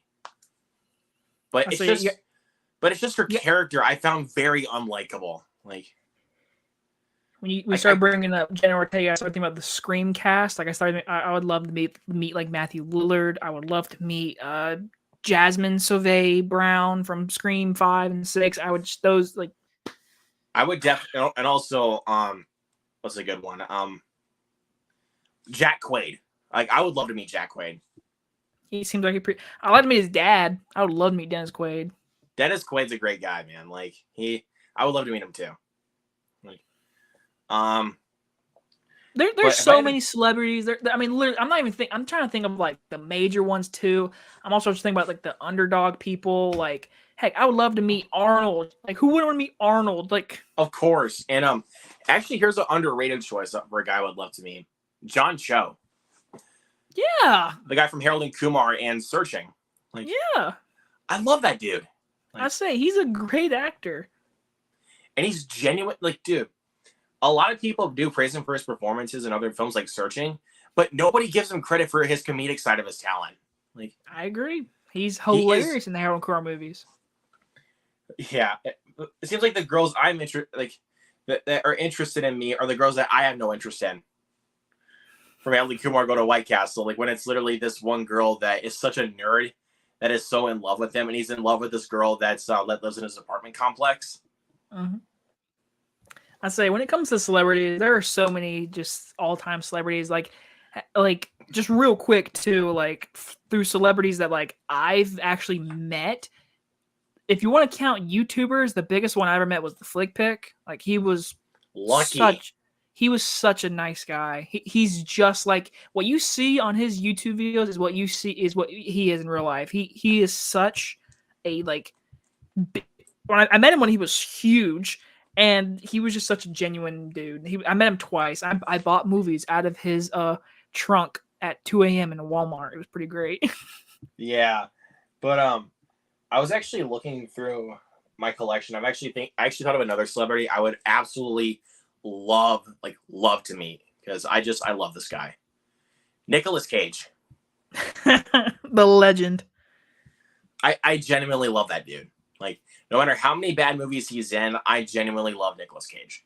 Like yes, because even if his films are not good, he can still bring that goofy charm to him. Like he's Nicolas Cage. That's why. Exactly. Watch The Unbearable Weight of Massive Talent. That's a great movie. I would love to meet Pedro Pascal. He seems like such like a nice person. Absolutely. Like he looks like such a cool dude. He's like a nerd too. I love that. Yeah. And another underrated actor that was more popular in the 90s, but is actually making a comeback in a movie this year. Nathan Lane. And you want to know a little fun fact? He was actually recently hired to become Trump's new legal advisor. Oh shit! Because he won a Tony for playing a TV lawyer, and they were looking for someone that was like a friendly TV lawyer like him. So, and he said that on the Tonight Show with Jimmy Fallon when he was a guest on the show. And I was like, bro, I miss Nathan Lane. Like, I love this man. Again, real quick, another celebrity that I met, and I met this person on accident, and it's before she got her big break. I was working at the movie theater. It was when Black Panther came out, and my movie theater has an IMAX screen, and it's the only one around. Well, there was a stage play in Greenville, South Carolina. Greenville's a very big city right now, and there's a stage there, like you can go see plays, whatever. And the Color Purple play was playing. And it was like at 10 o'clock at night. It was late, and I was at the usher stand. And a group of people came in wearing Color Purple shirts. And my first thought was, I was like, oh, these are just fans. They came from the show. And they walked up to me with popcorn and everything. I was like, oh, did y'all come from the show? Was it great? And they were all like, oh, we're in it. Who said that to me was Cynthia Erivo. It was her right in front of me. I was like, oh, and this is before she was in Harriet, Bad Times at El Royale. This is before she took off. She was right in front of me. Wow. That's awesome, dude. I know, and my dumb self had no idea. I thought they were just fans. Nope, it was her and the entire cast. I was like, "Oh, hi." Yeah, another good one. I gotta go with my man Bryan Cranston. Like Bryan Cranston, he is the GOAT, man. Like I would ask him so many questions about Breaking Bad. I'd be like, "Listen, how?" Dude, I'm the same, man. I'd like freaking love Breaking Bad. Even with Aaron Paul, like I would do the same thing with Aaron Paul. Like, and Aaron Paul needs more work, man. In regards to films, like he needs more work. It seems like him and Bryan Cranston are just like doing that. They're like they created their own alcohol thing, and they're just kind of selling that right now. Which, you know what, good for them. But again, though, I mean, Bryan Cranston's been getting a lot of work even after Breaking Bad. Like, yeah, which is good though. But I was really waiting for Aaron Paul though, because he hasn't really been in enough movies. You know what? I agree. I would love to see him, but as long as he's happy, that's all I'm there for. I bet he's happy. Yeah. Let's see. What directors have you not seen any of their films, but you would love to see? I answered this while we were gone, so you can answer this. I'm trying to think of a director for a film that I've never seen any of. That's actually a really good question, because when it comes to certain directors, I've seen like, even if it's like one film that they've done or anything, like I've seen a lot of them. Okay, let me just ask you this: have you seen every Spielberg movie? No. Okay. Let me go through. Have you seen Jaws? Yes. Close Encounters? Yes. Raiders? Yes. E.T.? Yes. Empire of the Sun? Yes. Color Purple? No. Okay, that's a great one. Schindler's List? Of course. Okay. I'm trying to think of his, like, The Terminal. You've seen The Terminal? I have seen The Terminal. Yes. It's great. Do you remember that? I know Chris Stuckman pointed this out at one point, that there was supposed to be a scene where Tom Hanks was literally was on the payphone, supposed to be like, I tried to phone home. But they cut it because they didn't want to make it so much like E.T. Yeah, that review of mine, I reviewed that movie during my Spielberg marathon back in COVID. That review to this day still gets views and sometimes comments, and I don't understand it. But that's one of my old videos that I'm just like, why are you still getting views? But hey, I'll take it. That's even what I thought when I reviewed a United 93. Like, it was getting some views, but then all of a sudden a lot of people just kept going back to that video, and I was like, wow. Mm-hmm. So yeah, definitely. I said this June I plan on hopefully doing another live stream on my channel, because I'm doing a 10-year anniversary, and that same week I'm hoping to do my Blu-ray collection video that week, because again, 10 years on YouTube, I was like, man, I gotta do something. Exactly. There's so many directors though, like, because I've seen quite a bit of, like, I've pretty much seen like a lot of Kevin Smith's movies. Like, okay, I have. I haven't seen everything from Ty West. I mean, I've seen House of the Devil, X, and Pearl. That's all I've seen. Okay. So I really want to get back into his filmography at some point. Let's see. Yeah, with a lot of directors, I usually do try to watch some of their stuff. So even if it's a director I don't know shit about, like, you like to see what they've done before. Yes, exactly. Because I was about to say Joe Bigos. Like, I haven't seen anything from him, but I forgot I've seen Bliss, the vampire film that he did. So nice. It's not the Amazon Prime film that came out a couple of years ago, because that freaking movie sucked. I'm talking about the vampire flick that came out back in 2019, directed by Joe Bigos, who also directed VFW. Yes. And also recently, Christmas Bloody Christmas. He also directed that, which I have not seen. I have not seen either, so I will say that. Even though I already answered it, that's what I would say. So you would say Joe Bigos?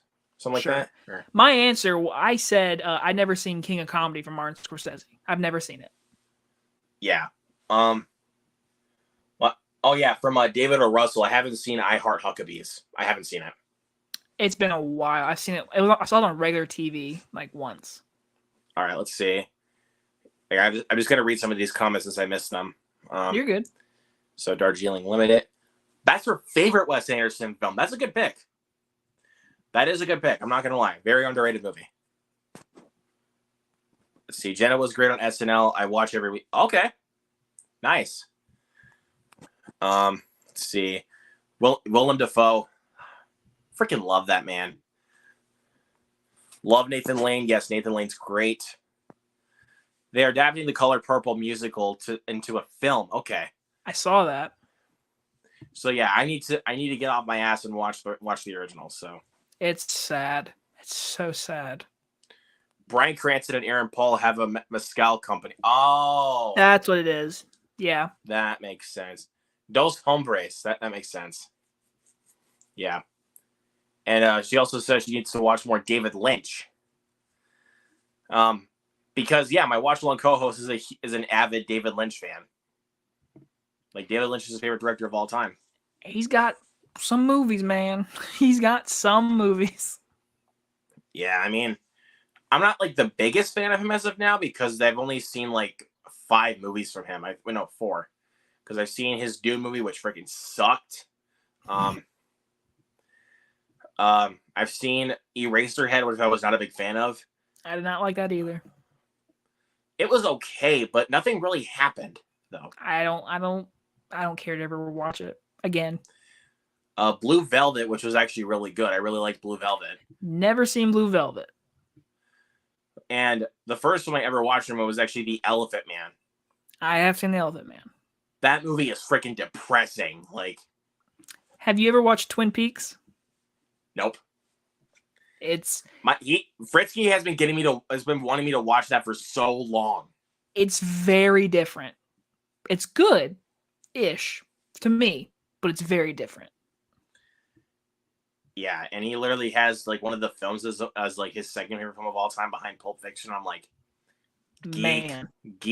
Hey, it's okay. It's okay. I know, but again though, I mean, I've never seen it though, but I still constantly pick on him for it, like, because I mean, I'm not like, I kind of started getting into that kind of stuff, like TV shows after I watched Cobra Kai and Breaking Bad, like, but then now I've kind of been like, there's nothing really new for me, so I'm like, I'm just gonna jump off for a while. But hey, let me say, I've been able to finish some shows though last year though, which is good. Nice. So let's see. I think of a good one. If there are 5 films that you love and no one talks about, which ones would you recommend personally?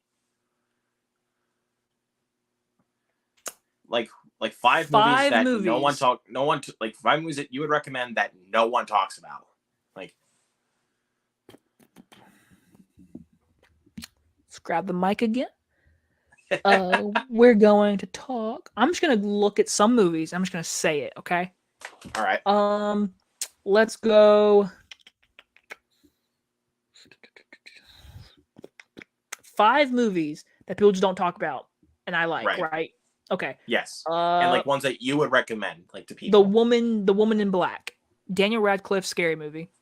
That is definitely a creepy movie. That is a very scary movie, and no one ever talks about it. So that's one. Okay. Fuck the sequel though. Yeah, fuck that sequel. Like at first I thought it was really scary, but I was like, no, it's dumb. Stir Crazy, Gene Wilder, Richard Pryor movie. Yeah, I watched that for the first time last year. It's really good. Hilarious. Really good. Hilarious. The original OG Suspiria. Great movie. Also watched that for the first time last year. Great movie. I wish people would talk about that more.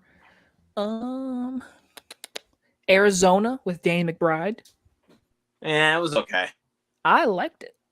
I mean, I'm glad you do, but I was okay on it.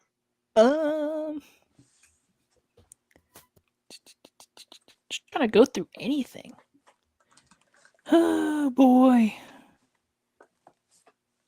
Anything. 5. I need one more. Fucking one more. What movie do I like that I want people to talk about more? This is hard, Luke. I don't like this. Oh, man. This is hard. This is so hard. Oh, man. You know what? I'm going to throw this out here because I want to. I don't even care. Go ahead. It's a documentary, and it's about the making of It. It's the making of the original It movie. Nice. No, I never saw anyone talk about this movie, and I saw it at Best Buy for like $8. I bought it, and I watched it. And I said, this is a very informative movie, or a documentary. So I'm going to say that one. Good picks, man. Like, I'm just trying to pull out some ones for me, like ones that I really think that more people need to talk about. I mean, there's so many. That's the problem. Okay, I mean, there's still more that I want more people to talk about, but I mean, I just grabbed out 5 for like definitive answers. Like, okay, let's hear them. Just okay, so one of these we already talked about. Of course, Daybreakers. No one talks about it. Yep. And funny thing is, I ordered this off of Amazon. This is the 4K of it. I could tell. And I got it with the slipcover. Surprisingly, I was like, "Wow." I just got a Blu-ray. It looks really good on 4K, man. It actually looks really good. I bet it does. The blue. Yeah. Next one. This is a Western movie. Actually, no one talks about this one. It's called The Proposition. Like, I'm not going to tell you anything about the plot. Like, okay, nothing. Just don't look up what this film was about. Like, all right. All I'm going to tell you is who's in it: Guy Pearce, Ray Winstone, Danny Houston, John Hurt, David Wenham, and Emily Watson. What a cast! Directed by John Hillcoat as well, director of I think it's 999. He also directed 999, which also has a stacked cast. It does. I remember seeing that movie in theaters. But yeah, but again, just don't look up the plot of this movie. Like this is one of those films, and also another one I'm going to talk about here in a second, is better when you don't know anything about the plot. All you know is the cast, who directed it, what type of movie it is, like in regards to the genre. That's it. Mm-hmm. So that's one of them. Next one, I posted this one on my Instagram because I feel like, because I watched this one for the first time recently, and I feel like no one talks about this movie.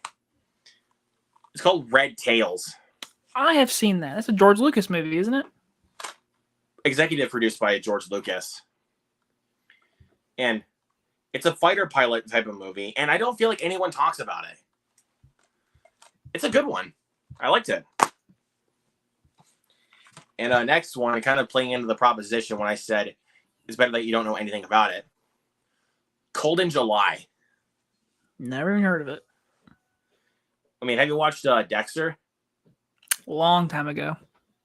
Yeah, Dexter is actually in this movie. Michael C. Hall. Nice. I like him. He's in this. Also, you got Sam Shepard and Don Johnson.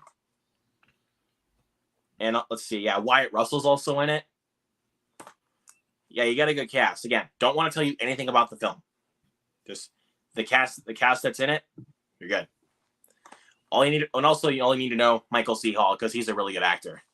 Like, and this one that I've been recommending to everybody, like no matter what movie.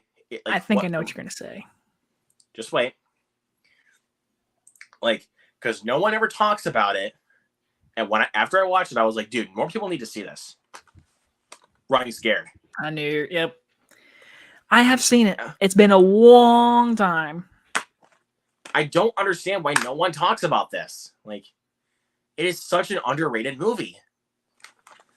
But if I were to say for one that no one talks about in regards to movies that I don't own, one of them would definitely be Sex Drive. No one talks about Sex Drive. Like, that is a genuinely hilarious movie. Like, another movie that I know you've watched that never gets talked about is Seven Psychopaths with Sam Rockwell. That's a great movie. Sam Rockwell steals the entire movie. That's a great movie. Another one I can think of that no one talks about, and I didn't care for it the first time I watched it, but a couple of rewatches, I was like, yo, this is actually interesting. Copycat. it's a movie like where this guy is basically copying like the world's most notorious serial killers, and basically Holly Hunter and Sigourney Weaver are tracking him down. I've seen this on regular TV, so I don't know if that counts because on regular TV it doesn't have all the cursing, whatever. But like, I've seen this movie. Very underrated serial killer movie. Like, and I like serial killer movies. Like, even if they're the ones that are like exploration ones, I can dig those too. Like, have you seen The Clove Hitch Killer? I have heard of it. So basically, it's about this guy. He's like a church going guy. He's also like a scout leader, and his son starts to think that maybe he was the Clove Hitch Killer that stopped killing. So basically, it's about a son trying to investigate his father. It's a really interesting movie. This is underrated. The Others. So good. It's very good. Pretty creepy too. This is very creepy. You got Psycho Goreman. That's underrated. I haven't seen that. I really want to watch that. It's fucking bloody. You would love it. You would love it. All right. So I'm gonna say this.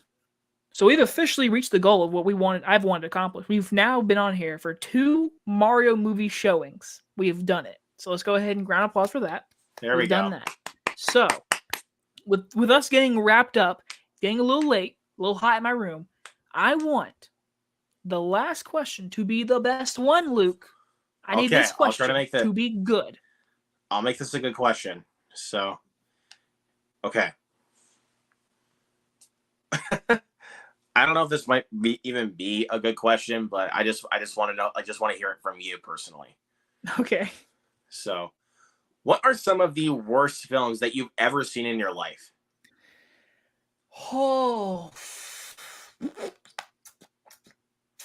Let me just go ahead and do what we've been doing this whole night. All right, let's go ahead. All right. Well, I already know a couple of them though. Like, well, you already know I hate Jeepers Creepers 3 or Reborn. And Winnie the Pooh, Blood and Honey. Blood and Honey is pretty fucking bad. That Kiss movie that I told you about, Kiss Meets the Phantom at the Park. That's a. I have trying to think of some that I can also kind of help you correspond to this question. Return of the Living Dead Part 2 is pretty fucking bad. I've never seen that. Like, the first one is great. You need to watch the first one. But that second Brains. one, dude, it is I've seen the first one. I've seen the first one. Did you like it? It's great. It's fucking great. But I've never seen part 2 though. Like that's what I was trying to say. I've seen the first one though. Because dude, I just love that. I love that zombie Tarzan. Brains. Leprechaun Origins. Leprechaun in space. Is so dude. The trailer for Jeepers Creepers Reborn literally looked like Leprechaun Origins. Yeah, it really did. What else is there? I got a Nicolas Cage movie that is pretty freaking terrible. Between Worlds. Oh, I've seen that. I remember watching that movie. I wasn't allowed to watch it growing up. I was like, this is horrible. It's really bad. But this was only $5, so. This is one of your favorite actors, but I'm sorry, I hate this fucking movie. We Summon the Darkness with Johnny Knoxville and Alexandra Daddario. Yeah, this movie's fucking awful. I liked it. It was really fine. I liked it. Like the biggest issue for that movie for me, I'll never forget it. The movie is set in like the 1980s or 90s, and they're in a 21st century home. I'll never forget that.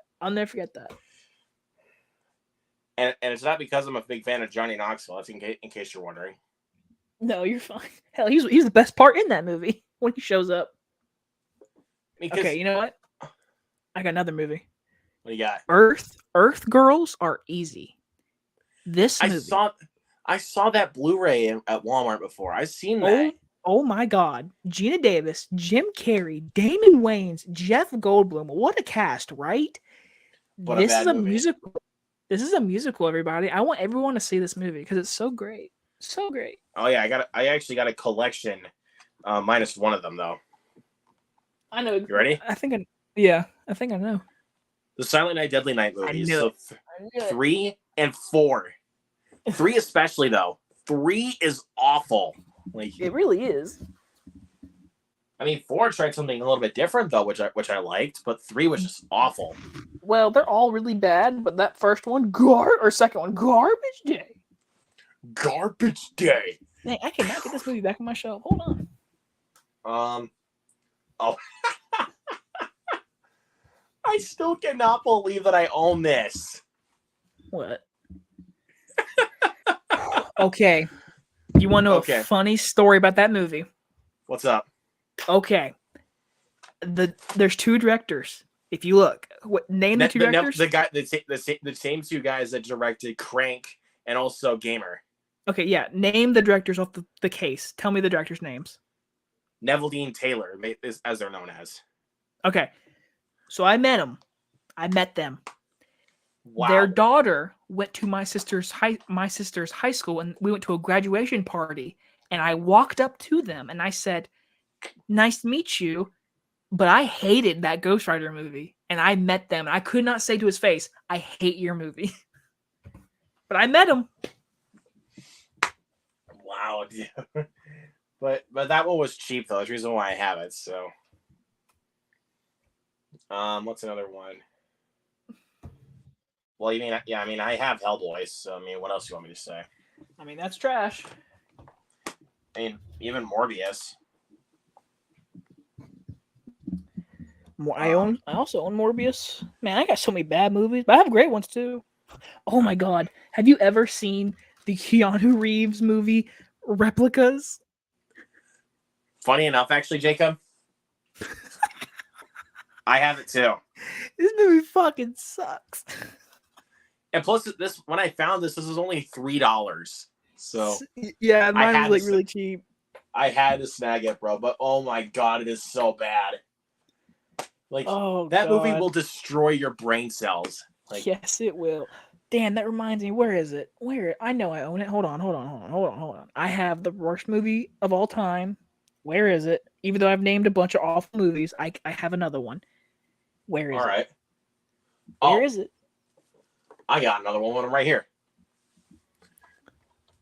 Aliens vs. Predator Requiem. I own that. That movie's too dark. You can't see shit. Yeah, I'm guessing the director of Winnie the Pooh, Blood and Honey probably took notes from this and was like, yeah, let's make the darkest lighting. All right. Here's the worst movie of all time. People say it is, so I have to show it, and I do own it. Do you know what I'm about to pull out? Dude, I have no idea. The Room. The Room. It's The Room. I did not hit her. I did not. Okay, my favorite part of this Blu-ray. Favorite part. You open it, and you have your Blu-ray, whatever. You also have a Tommy Wiseau ad. Get some underwear card. For underwear. For your Blu-ray, he put how to buy underwear from Tommy Wiseau in his Blu-ray. Wow. Oh my god. I was going to do the line. I did not hit her. It's not true. It's bullshit. I did not hit her. I did not. Oh, hi, Mark. or to do the famous thing that we kind of played a joke as a couple years ago, like with Mank. That was funny. Like, I did not hit her. I did not. Oh, hi, Mank. Shout out to Dives for that one. Okay. I don't know why I'm showing this. This movie gets bad reviews, but I like it. The remake to Fright Night. I like this movie. Thank you. Thank you. This is an entertaining movie. I'm trying to think of a movie that gets bad reviews, but I actually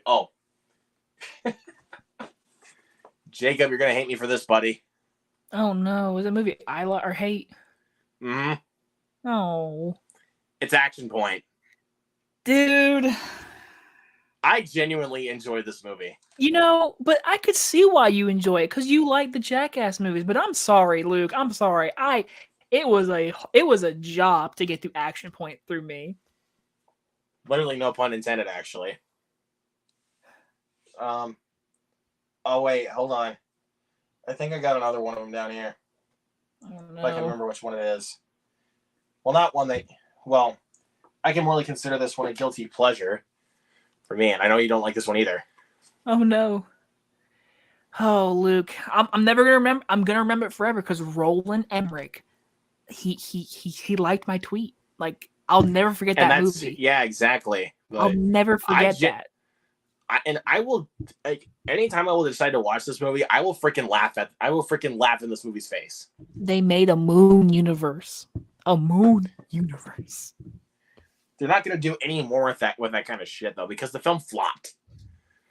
And it came out the same weekend as Jackass Forever, and that film did way better. I wonder why. Oh, because maybe it was actually good. I like the Jackass movies. I know you. I do it definitely. I definitely poke fun at Zach Goller because he fucking hates them. I'm like, they're great. And I know you still also kind of poke fun at him, like also with Morbius. Oh yeah, he loves that. Morbius. That's good, man. I like that. He loves. He's such a liar. Zach, if you're rewatching the rerun, which I know this is 3 hours long, but you love Morbius. No, Zach, you love Jackass, bro. Get out of here, man. He loves Jackass. He likes Morbius, and for some reason, he loves Pirates of the Caribbean at World's End, which apparently he says is the worst. Zach, you watch that fifth one, and you tell me he's not even gonna. And also, Zach, watch that filthy mouth of yours out, man. Like, yeah. I'm trying to think of a good movie. Like, dude, Halloween Ends is a good movie, man. Halloween Ends is an entertaining movie, Zach, if you're watching this. but for real, though, Zach, we're giving you shit, so. Oh, very much. I very much am. I love you, buddy. Even though everyone thinks we live in the same room. Hi, Zach. Dude, many people think we're in the same room because of this. Yeah. Or I can literally just give you crap like we're in the same room. Hey, Jacob. Oh, hey, Luke. How's it going? Well, because we kind of, like, I see why though, because all three of us have similar backgrounds. So we need to do a stream one day and have all three of us in the same thing, and then we can all just be like looking at each other like this and not be looking at the camera. Yeah, exactly. Be like, hey Zach, hey Jacob, hey Luke, hey Zach.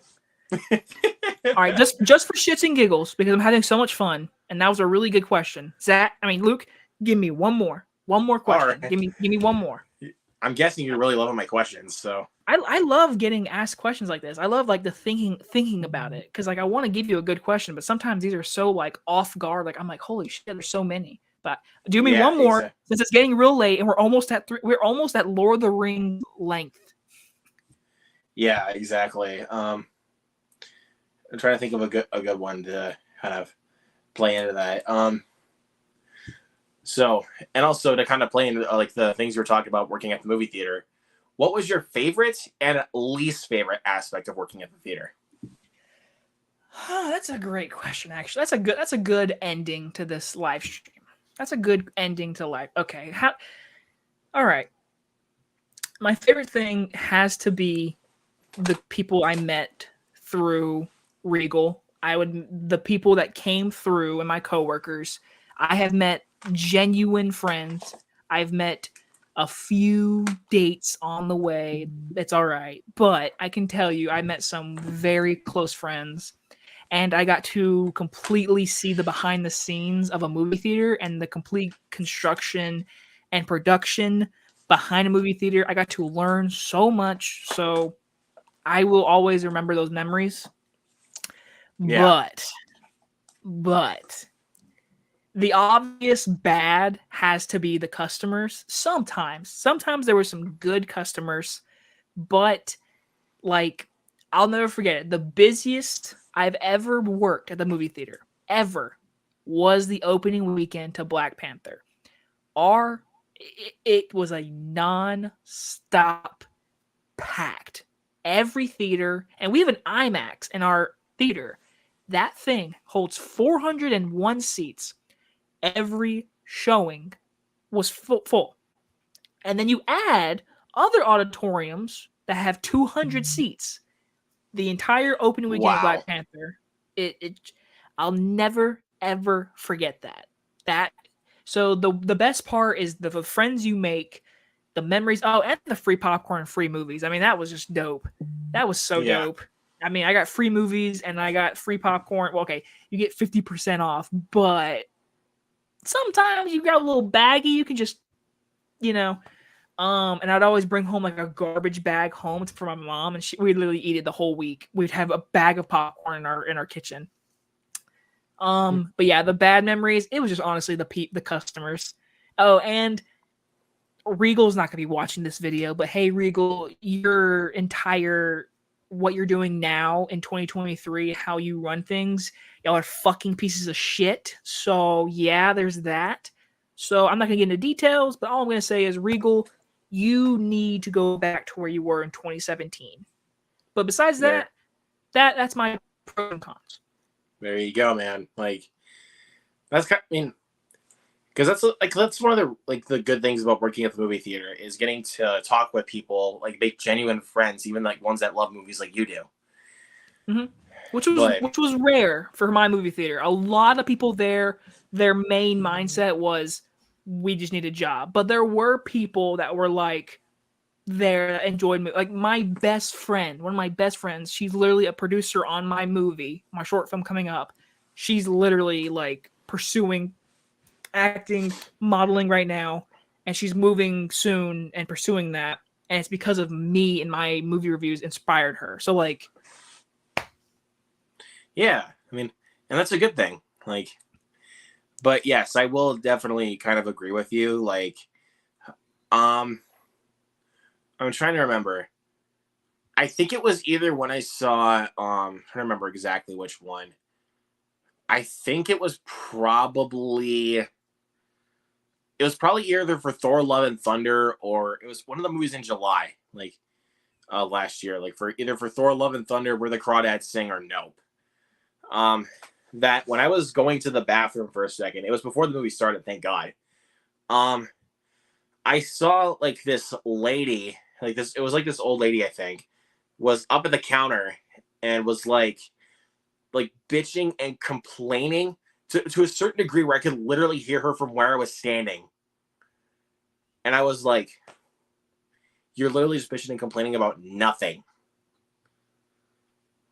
And I'm like, if you're gonna bitch and complain about it this much, just go the fuck home.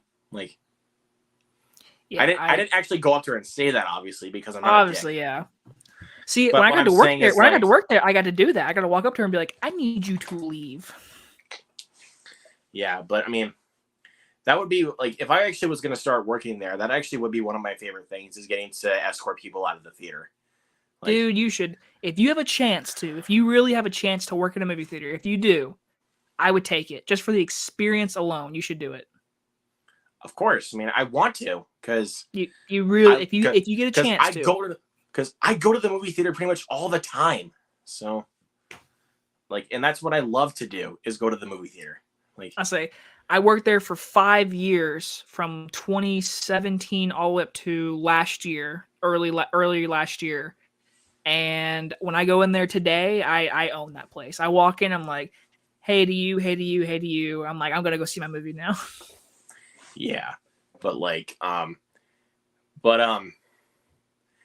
but it's just, I don't really want to see. I just don't want to hear customers coming up and complaining to me about their experience, because I don't know what they're up to, because I don't know exactly what's going on in the theater unless I'm in there. Like, yeah, I say, if you get a chance to work there, if you do, just know you would 100% get somebody. Somebody's gonna get under your skin. You're gonna be like, yeah, and I also would want to make sure that they actually have their tickets, like if they booked them or not. Like, I know obviously I'm not, like, I wouldn't be like a manager at that point, but I would want to make sure of that in case of, like, if they actually just snuck in or anything like that. Like, because I hate those kind of people. Like, and if they're talking out loud to a certain degree where I can hear them, you're out. Like, I don't care. I don't care. Like, there's no limits to me. You're out. Like, and I'm not directly pointing this like towards the people that genuinely love movies like we do. I'm directing this towards the people that are literally just annoying pieces of shit that literally just do not care about anybody around them. Sad part is it's gonna continue happening because that's just how people are. Yeah, because people freaking suck, dude. But we can answer these last few comment questions, and then we then we gotta head ahead. out of here because this video is actually the longest video I've ever done. So I'm proud to be a part of it. I made this happen, Luke. I said we would And I'm make glad 2 Marios, and we've made Lord of the Rings. And there you go. This is what you get. And look at that. We've reached the 3-hour mark. I know it just at that moment too. Hey everybody, who is here watching the rewind? If you are, you guys are the true winners, and y'all should subscribe to Luke like right now because this is 3 hours. Yeah. And again, like that's what I love doing. Is also getting to carry on the conversation. So let's see. I heard if you work in a movie theater, you watch less movies because you feel like you're going to work. Yeah, I know. But the benefit is I get to watch them for free. I will say, when I was working in the movie theater, if it was a really bad week or I had beef with somebody, I actually would go to a different theater. But again, I love the movie so much, and that theater is literally 5 minutes from my house that I go there most often. Yeah, but it's just I don't really like to. I mean, I used to go to different theaters before my new theater opened, like different theaters, like around like my area, like closest to me. Mm-hmm. Like one would be 30 minutes away, one would be 45 minutes away, and then one would be an hour away. So, like those would be like the closest ones before my theater even opened. So, my new theater, to clarify, because I had a theater in my hometown for like. It was definitely for a while, even when I was born. It closed in 2015, and I was like, damn it. Because I remember it closed around the time that Goosebumps came out. That was 2015. Mm-hmm. The last one I even saw there was actually Jurassic World. That's not a bad way to send it off. And the first film that actually got me back into going to the movie theaters was Mortal Kombat. So. That was April of 2021. Yeah, it was, and it was a good start. So it was. And I'll just say a lot of the films I've been seeing in theaters haven't really been bad, except for some though. Obviously, like I didn't. Well, at first I liked Rise of Gru, but now I don't like it anymore because it's just so freaking forgettable. It is. Let's see. I didn't like Firestarter. I hated Morbius. I did not like Fast 9 either, so you're welcome. Fuck that movie. Yeah, so Jacob, you're welcome. Oh. Yeah, actually, go to the moon and never come back. There you go. Go to Moonfall Part 2, a movie that's never gonna happen. Go there. I would take that over Fast 10. Yeah, so, maybe. So yeah, so anybody that wants Fast X, suck it up. Theaters in the NYC, they don't fuck around. They double check your tickets and search for back. Oh, that makes sense. So when I went to New York a couple weeks ago, we went and saw Scream 6, and I agree with you. Those motherfuckers be checking my shoes. I'm going through an airport to go watch a movie. Oh my God. That's why I don't plan to go to the theater in New York City. But it's maybe fun. When I do go, we'll see. Yeah. Because I do want to go to New York someday. It's an experience, man. I recommend it. I don't want to live there, but it's an experience to go. Yeah, because I have a couple of friends that live there. Obviously, Tracy lives there, and my buddy Tyler lives there. So it's not just like a meetup or anything. I just really want to experience that city. So you should. Everyone should. My mom and my cousin, and her sister and her niece has been there before a couple of years ago. So and I'm like. And they do a lot of walking over there, but I'm like, that's not going to be bothering me. Yes, a lot of walking. Because I need that exercise, man. I need that. Eric is in here. What's going on, man? Well, less at the theater you work, I'd say. Okay, yeah. Other theaters are fine. Yep. Let's see. I'm trying to think of look at his comment. I agree. Especially with audience members that don't give a fuck about people. Because I told you, I had like 3 guys sitting right next to me during Avatar: The Way of Water that would not shut up, and they were on their phones. And there were times I wanted to get up and go get somebody so I could literally get them to freaking leave. Yeah, but I can't get up in a movie. I have to sit there and watch a movie. I cannot get up. but I was not even going to go back and even see the movie anyway. So what would I care? I would have been seeing Puss in Boots: The Last Wish like 3 more times. I'll tell you that, because that's a genuinely great movie. Hold on. I only worked at the movie theater for 3 months. Oh God, I'll have to see how that goes for me. 5 years. I'm also, when I say 5 years, I'm also including when we got shut down by COVID, but I'm still counting it. So yeah, 5 years. Yeah, genuinely. But wow, that is it, guys. That is genuinely. Wow. I'm not even exhausted right now, man. I just had a good time. Like I did too. This is the longest video I have ever been a part of. I mean, I've never done this, but this is the longest video I've ever been a part of. Yeah, definitely. Yeah. And no one's beating this record. No one's beating this record. For sure, man. But thank you so much, Jacob, for being a part of the show, man. And just to clarify, this is not going to be the last time you're going to be on the show, dude. Like, absolutely not. Because I told this to Milne and Goler that whenever I have repeat guests, we're going to do either just a normal Q&A like I used to do, or we're going to do a movie trivia night. Oh shit. Oh, that'd be interesting. That'd be interesting. So I'm not just going to have questions of my own. You can you guys can also the guests can also actually have the trivia questions of their own as well, like ones that you have prepared. So that actually would be a lot of fun. Yeah, so we can definitely do that sometime at some point.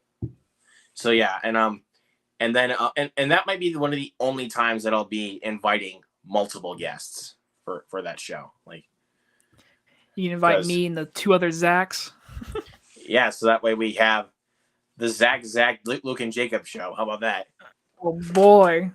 Yeah, the thing is, Luke, remember this. No one will ever beat that time of 3 hours. No one. And if you're watching this 3-hour runtime, you've watched Lord of the Rings, but with me and Luke. Just know that. Yes. Or you went to Mario 2 times. Or you went to Mario 2 times. We're almost at 3. We're almost. And I've said this multiple times, but again, depending on how good that movie is, that is one of those films I plan to go see multiple times in theaters. I could definitely. It's also an 1.5-hour movie, so like for you, that's gonna be like.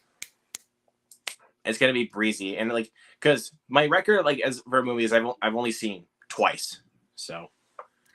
And I've already gotten 5 movies. I saw Jurassic World 4 times in theaters.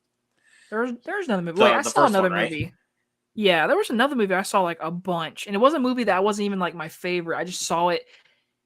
Like, damn, what was it? It was like really recent. Like, I saw the movie like on accident. Like, I had friends ask me, "Hey, I want to go see it." Then I went on a date, and then I saw it by myself. Like, I forget what movie it was. Was it this year? This year? No, I don't think. Because if it was this year, I would have guessed like it was fucking Nope. It was Nope. Oh, it was Nope. Yeah, okay. I saw Nope like 5 times. It's because a friend asked me, went on a date. I went and saw it. I went to see it in IMAX. I saw my mom and dad. Like, I saw the movie too many times in theaters. But I was gonna say I've only reached up to twice for 5 movies. So I saw Top Gun Maverick twice in theaters. I saw that twice. Yeah, I saw Black Panther: Wakanda Forever twice. That one was actually planned. I actually planned to see that twice. Like, I saw it twice. I went to the early screening and then I saw it with a friend. Yeah. I saw it on opening night, or basically the Friday it came out, November 11th. And then, because I wanted to see how it was for myself first. Like, before my tradition with my best friend, I basically go with him to every MCU movie. Same. Friend that does the same thing. It was since Black Widow. But yeah, we kind of got that out. So yeah, I did that with Wakanda Forever. I saw Puss in Boots: The Last Wish in theaters twice. I only saw that once. I wanted to see it a 3rd time so badly. Like, it was so good. Yeah, I saw that movie like really early before even like reviews started dropping. I was like, "Am I allowed to review this movie?" And I did, and it did really well for me. But like, I was telling everybody, I was Good, like, man. this movie's like not bad. Like, everyone says like this movie looks trash. Like it from the trailers, I was like, yeah, it doesn't look that great. But I saw it and I was like, wow. Yeah, and also an announcement next Wednesday, April 12th. Mark your calendars. That is my next watch along is Puss in Boots: The Last Wish. It's been a minute since you've done a watch along, hasn't it? Yeah, not since the first Puss in Boots. Or no, that was since Halloween Ends actually. Wow. And that was after we did Puss in Boots. So, but hey, man, I mean, if you're down this for it, this moviegoer show, I really I enjoy this setup. You invite guests, you ask them questions. This is a good show. People need to keep watching as we're sitting here at 3 hours and 10 minutes. and also I'm gonna try to, and I also got another guest already lined up, but it's just we have to figure out the date, of course. Ooh, can we know who it is? Yes, I can tell you who it is. So I reached out to my good buddy Jack Benner of Jack Benner's Movie Reviews.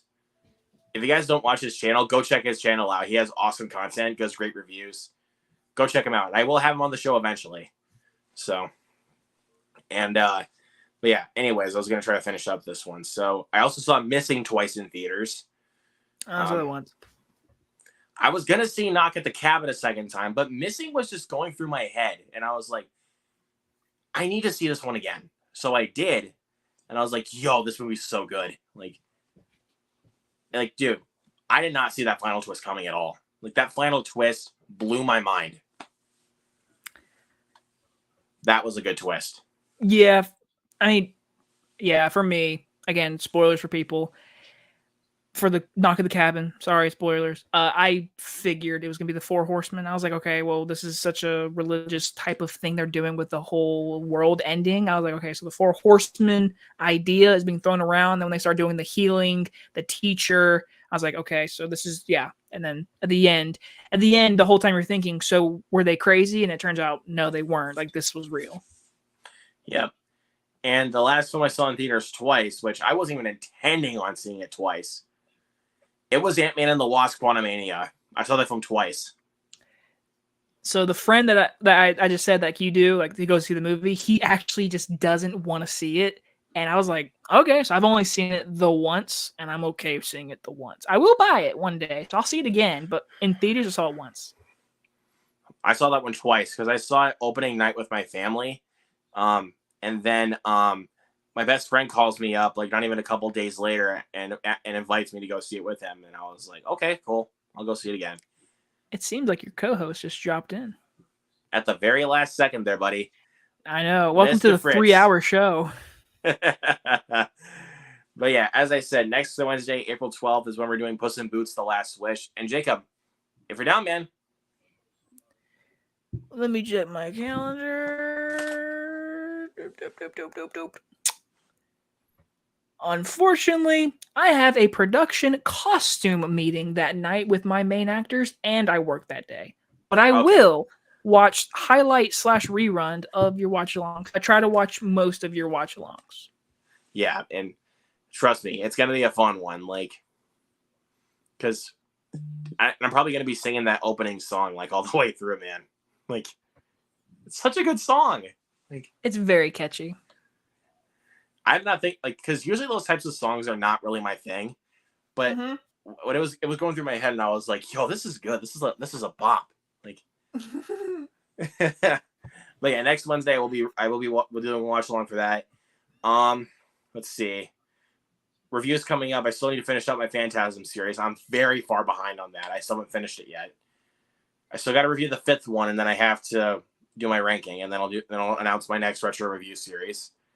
New movie reviews coming up. Of course, you got Super Mario Brothers movie. I'm planning to go Wednesday to go see it, bro. So excited.